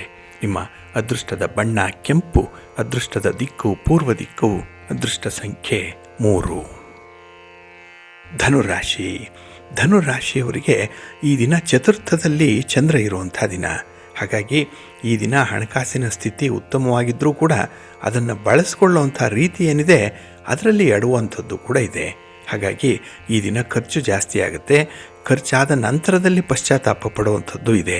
ಹಾಗಾಗಿ prevention is better than cure ಅಂದ ಹಾಗೆ ಇಲ್ಲಿ ಖರ್ಚಿನ ಬಾಬ್ತಿನ ಮೊದಲು ಸ್ವಲ್ಪ ಆಲೋಚನೆ ಮಾಡಿ ಮುಂದುವರಿರಿ. ಇನ್ನು ನಿಮ್ಮ ವೃತ್ತಿ ವ್ಯವಹಾರಗಳಲ್ಲಿ ಹೆಚ್ಚಿನ ಅನುಕೂಲಕರವಾದಂಥ ವಾತಾವರಣ ಇದೆ. ಆದರೆ ಯಾರನ್ನೋ ನಂಬಿ ಮೋಸ ಹೋಗ್ತೀರಿ, ಯಾರನ್ನೋ ಒಂದು ವಿಶ್ವಾಸಕ್ಕೆ ತೆಗೆದುಕೊಳ್ಳುವಂಥ ನಿಟ್ಟಿನಲ್ಲಿ ಈ ದಿನ ಹೆಚ್ಚು ಶ್ರಮ ಕೂಡ ಪಡ್ತೀರಿ. ಹಾಗಾಗಿ ಎಲ್ಲರಿಗೂ ಕೂಡ ನೀವು ಒಳ್ಳೆಯವರು ಅಂತ ಅನ್ನಿಸ್ಕೊಳ್ಳುವಂಥದ್ದು ಕಷ್ಟ. ಹಾಗಾಗಿನೇ ಕೆಲವೊಂದು ವ್ಯಕ್ತಿಗಳನ್ನು ಈ ದಿನ ದೂರ ಇಡಬೇಕಾಗತ್ತೆ, ಕೆಲವೊಂದು ವ್ಯಕ್ತಿಗಳನ್ನು ಈ ದಿನ ಹತ್ತಿರಕ್ಕೆ ಕರ್ಕೊಳ್ಬೇಕಾಗತ್ತೆ. ಹಾಗಾಗಿನೇ ಈ ಸಾಧಕ ಬಾಧಕಗಳು ಅನ್ನುವಂಥ ವಿಚಾರಗಳೇನಿದೆ ಅದು ಎಲ್ಲ ರಂಗಗಳಲ್ಲೂ ಕೂಡ ನೀವು ಅಪ್ಲೈ ಮಾಡಬೇಕಾಗತ್ತೆ. ಹಾಗೆ ಈ ದಿನ ಕುಟುಂಬ ಸದಸ್ಯರ ಜೊತೆಯಲ್ಲಿ ಶುಭ ಕಾರ್ಯಗಳಲ್ಲಿ ಭಾಗವಹಿಸುವಂಥದ್ದು ಅಥವಾ ಶುಭ ಕಾರ್ಯದ ಬಗ್ಗೆ ಒಂದು ಪೂರ್ವ ಸಿದ್ಧತೆ ಇರುವಂಥದ್ದು, ಒಂದು ಚರ್ಚೆ, ಇವೆಲ್ಲ ಈ ದಿನ ಜರುಗುವಂಥದ್ದು ಇದೆ. ಇದು ನಿಮಗೆ ನಿಮ್ಮ ಜವಾಬ್ದಾರಿಯನ್ನು ತೋರಿಸುವಂಥ ಒಂದು ಸಂದರ್ಭ.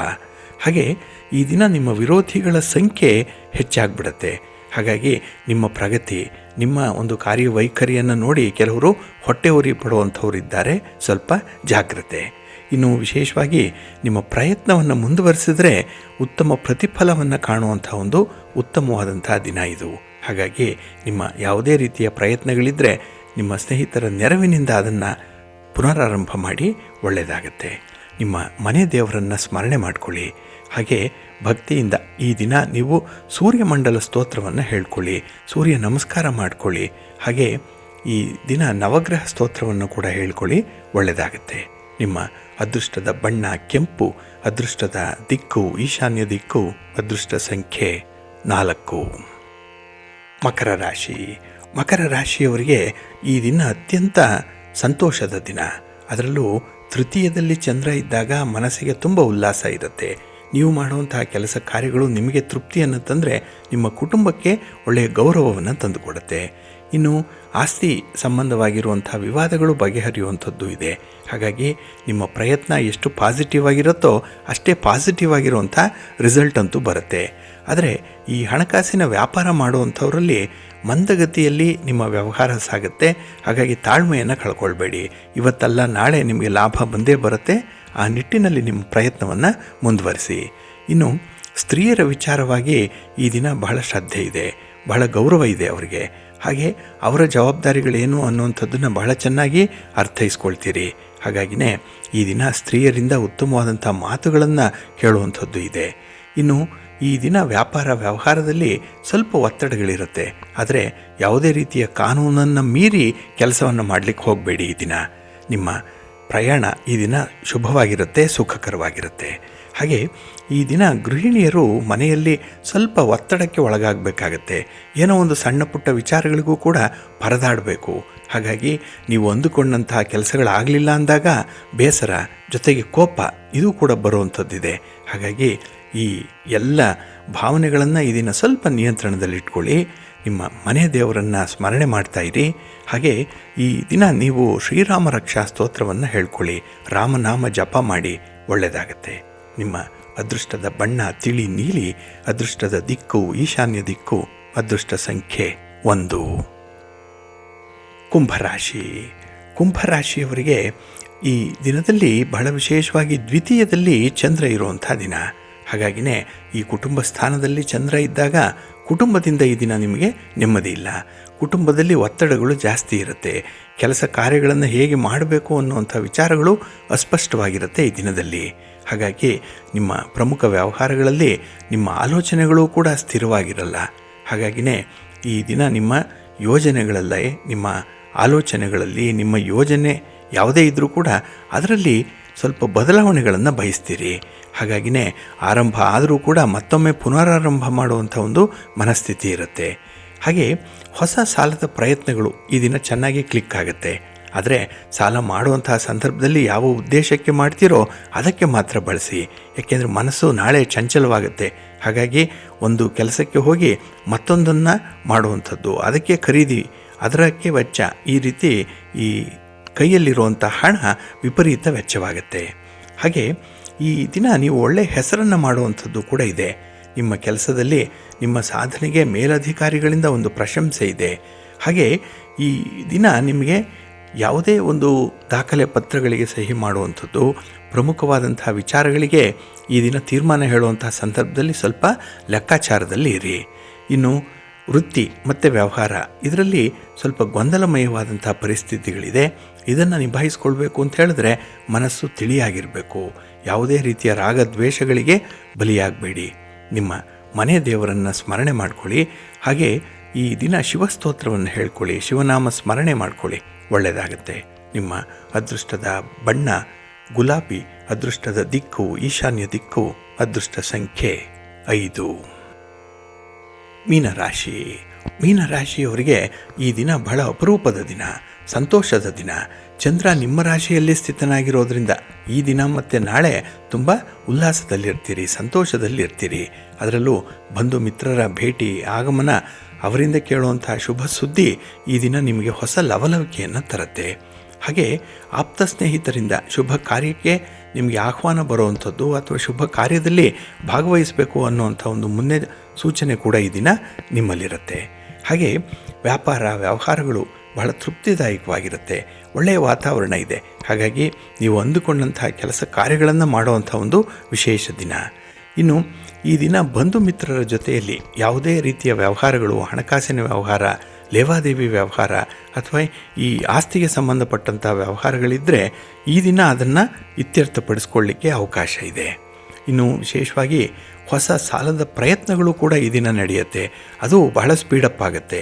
ಹಾಗಾಗಿ ನೀವು ಅಂದುಕೊಂಡಂಥ ಸಾಲವನ್ನು ತರಲಿಕ್ಕಾಗಲಿ ಅಥವಾ ನೀವು ಅಂದುಕೊಂಡಂಥ ಪ್ರಯಾಣವನ್ನು ಮಾಡಲಿಕ್ಕಾಗಲಿ ಯಾವುದೇ ಅಡ್ಡಿ ಆತಂಕಗಳು ಇರೋದಿಲ್ಲ. ಇನ್ನು ಈ ದಿನ ಹಠಾತ್ತಾಗಿ ಪ್ರಯಾಣ ಮಾಡುವಂಥ ಸೂಚನೆ ಕೂಡ ಸಿಕ್ಕುವಂಥದ್ದು ಇದೆ. ಇನ್ನು ನಿಮ್ಮ ವ್ಯಾಪಾರ ವ್ಯವಹಾರಗಳು ಮಂದಗತಿಯಲ್ಲಿ ನಡೆದರೂ ಕೂಡ ಅದು ಒಳ್ಳೆಯ ಫಲವನ್ನು ಮುಂದೆ ಕೊಡುತ್ತೆ, ಶಾಶ್ವತವಾದ ಫಲವನ್ನು ಕೊಡುತ್ತೆ ಅದು. ಹಾಗಾಗಿ ಈ ದಿನ ನೀವು ಎಷ್ಟು ಕಷ್ಟಪಡ್ತೀರೋ ಅಷ್ಟು ನೀವು ಫಲವನ್ನು ಪಡ್ಕೊಳ್ತೀರಿ. ಇನ್ನು ಬಹಳ ವಿಶೇಷ ಅಂತ ಹೇಳಿದ್ರೆ ಈ ದಿನದಲ್ಲಿ ಯಾವುದೇ ಒಂದು ಕೆಲಸ ಕಾರ್ಯಗಳಲ್ಲಿ ನಿಮಗೆ ದೈವ ಸಹಾಯ ಇದೆ, ಭಗವಂತನ ಅನುಗ್ರಹ ಚೆನ್ನಾಗಿದೆ, ಹಿರಿಯರ ಆಶೀರ್ವಾದ ಇದೆ.